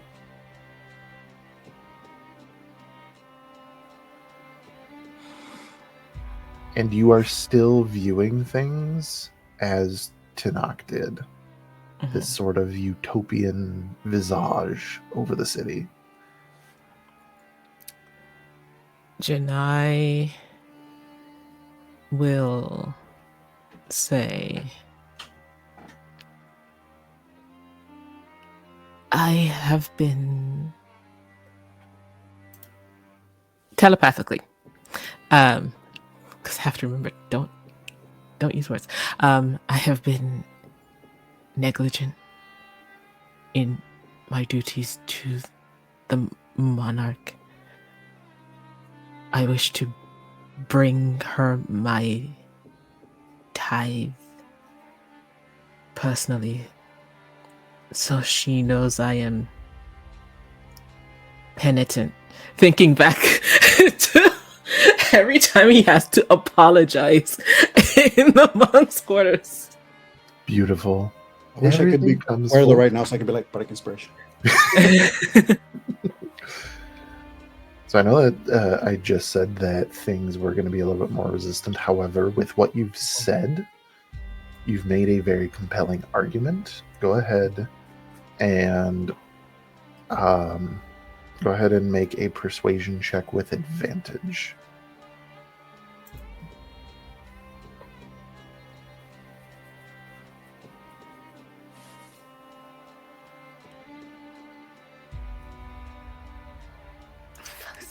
No. No, I rolled a 6 and a 7, so it's still 6 only and a an 7. Alrighty. Rolling against the guards. Well at these things. I can't even fuck with that. That's a natural 1. Let's go! Go on! The dice said so. The gods actually- have spoken. It's actually Creature that speaks up when one of the soldiers goes to hold a hand up. Speaks up telepathically, and says, "'Tis true, this one has been away for some time, and has brought an excellent tithe for the monarch as penance. I believe they should present their tithe." And the soldier kind of like looks to Tanakh, looks back at you, and gives you a nod and goes, "Quickly. She's not to be disturbed much." Oh, we're gonna disturb her. Deeply. Janai, with 4 Thrycreen gladiators escorting you. And the 5 of you together, technically escorting the other 5 members of the party. You are all led up the stairs to the temple through the front door, which, as you enter, it's dimly lit in here. And for the rest of the party, it's uncharacteristically like to the rest of the cave, which actually had a pretty smooth, or like not smooth, pretty cool feel to it. It is warm and humid inside this temple. And now that you are inside and walking forward, Clucky, Barrow, Xanthi, Riley, and Feyruz, I need everybody to make charisma saving throws. What? Why would you? Oh, poor Clucky. I believe. Does little guy give me anything from saving throws? Little guy needs to make his own saving throw. Little guy needs to make his own So would saving this throw. be a magical effect? Nope. Nope. Okay. Little guy needs to make his own saving throw. Natural fucking 20 for a 30. Jesus Christ. Charisma? Oh, this will be fine. Unless I roll a 1. Barrow! Oh no. Oh no! That's not his strength. Barrow, no! Okay. Feyruz, Riley, Clucky, Barrow. Okay. You're supposed to be the 25. sane one of this party. God damn it. I am. I just Little don't guy has a have- +10 to charisma saves. What is that? Xanthi has a +10 as well. perception all you want. Charisma? Okay. Barrow, with the overwhelming presence of the sickly sweet smell, perhaps it is to your sensitive senses, which sounds weird. Somebody else can put that together. We'll edit that in post. There's this moment, and like it kind of like burns the inside of your nostrils for a second, and you kind of like have to wince from it as you're walking forward. And that rhythmic marching footsteps that you hear all of a sudden sound like a drum beating behind a very beautiful procession of music. Composition of music, I should say. And you have this wave of calm. And you know being here is the right thing.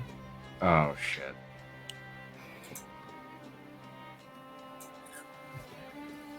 As the party enters the center of this temple,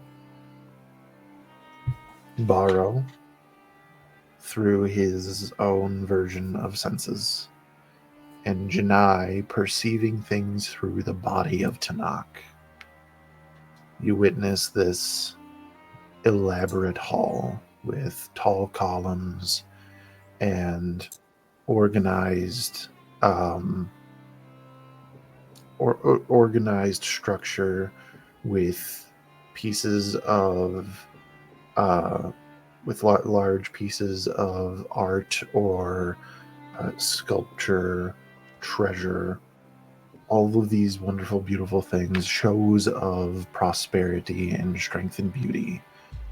And before you, standing there in this gorgeous ceremonial armor with a long flowing gown, forearmed is this Thri-kreen that has a sort of regal elegance about them, who you both, even though Janai and Baro have never seen them before, you know, not just from context clues, you know, in the center of yourself, that is the monarch, and that is who we are here to help. However, the rest of the party enters this dimly lit room as there's no sense of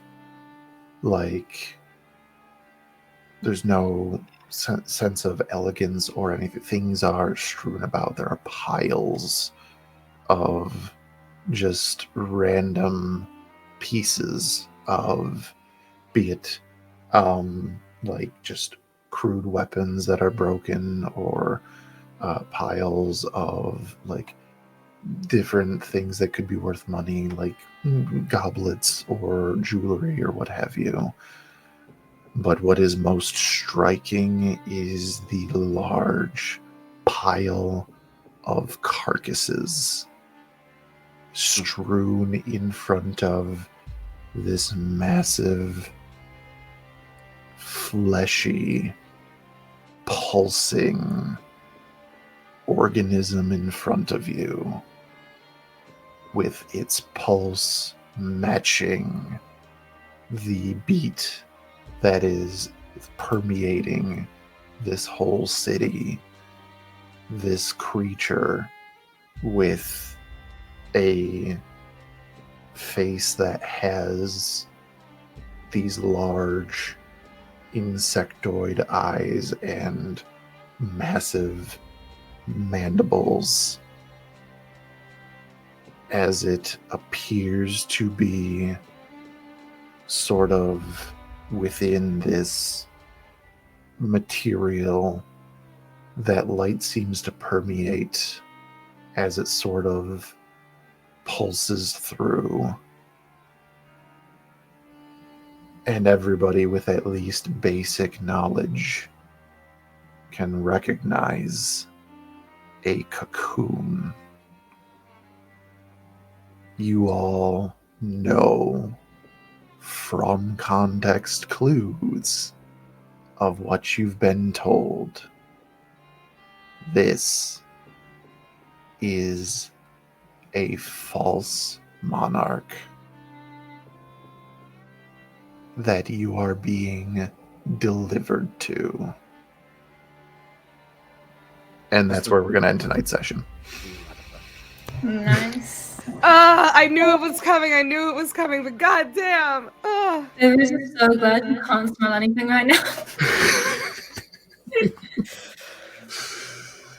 Thank you all so much for being here. Thank you all so much for playing. Thank you to everybody who tuned in watching. Appreciate every single one of you. Didn't mean to knock that over, but hey, shit happens. Sometimes you knock something over. Sometimes you're led directly into a feeding chamber for some sort of very large things are going to get knocked over, creature. for sure.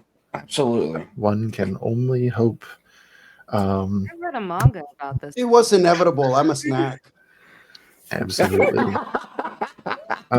Thank you again, everybody.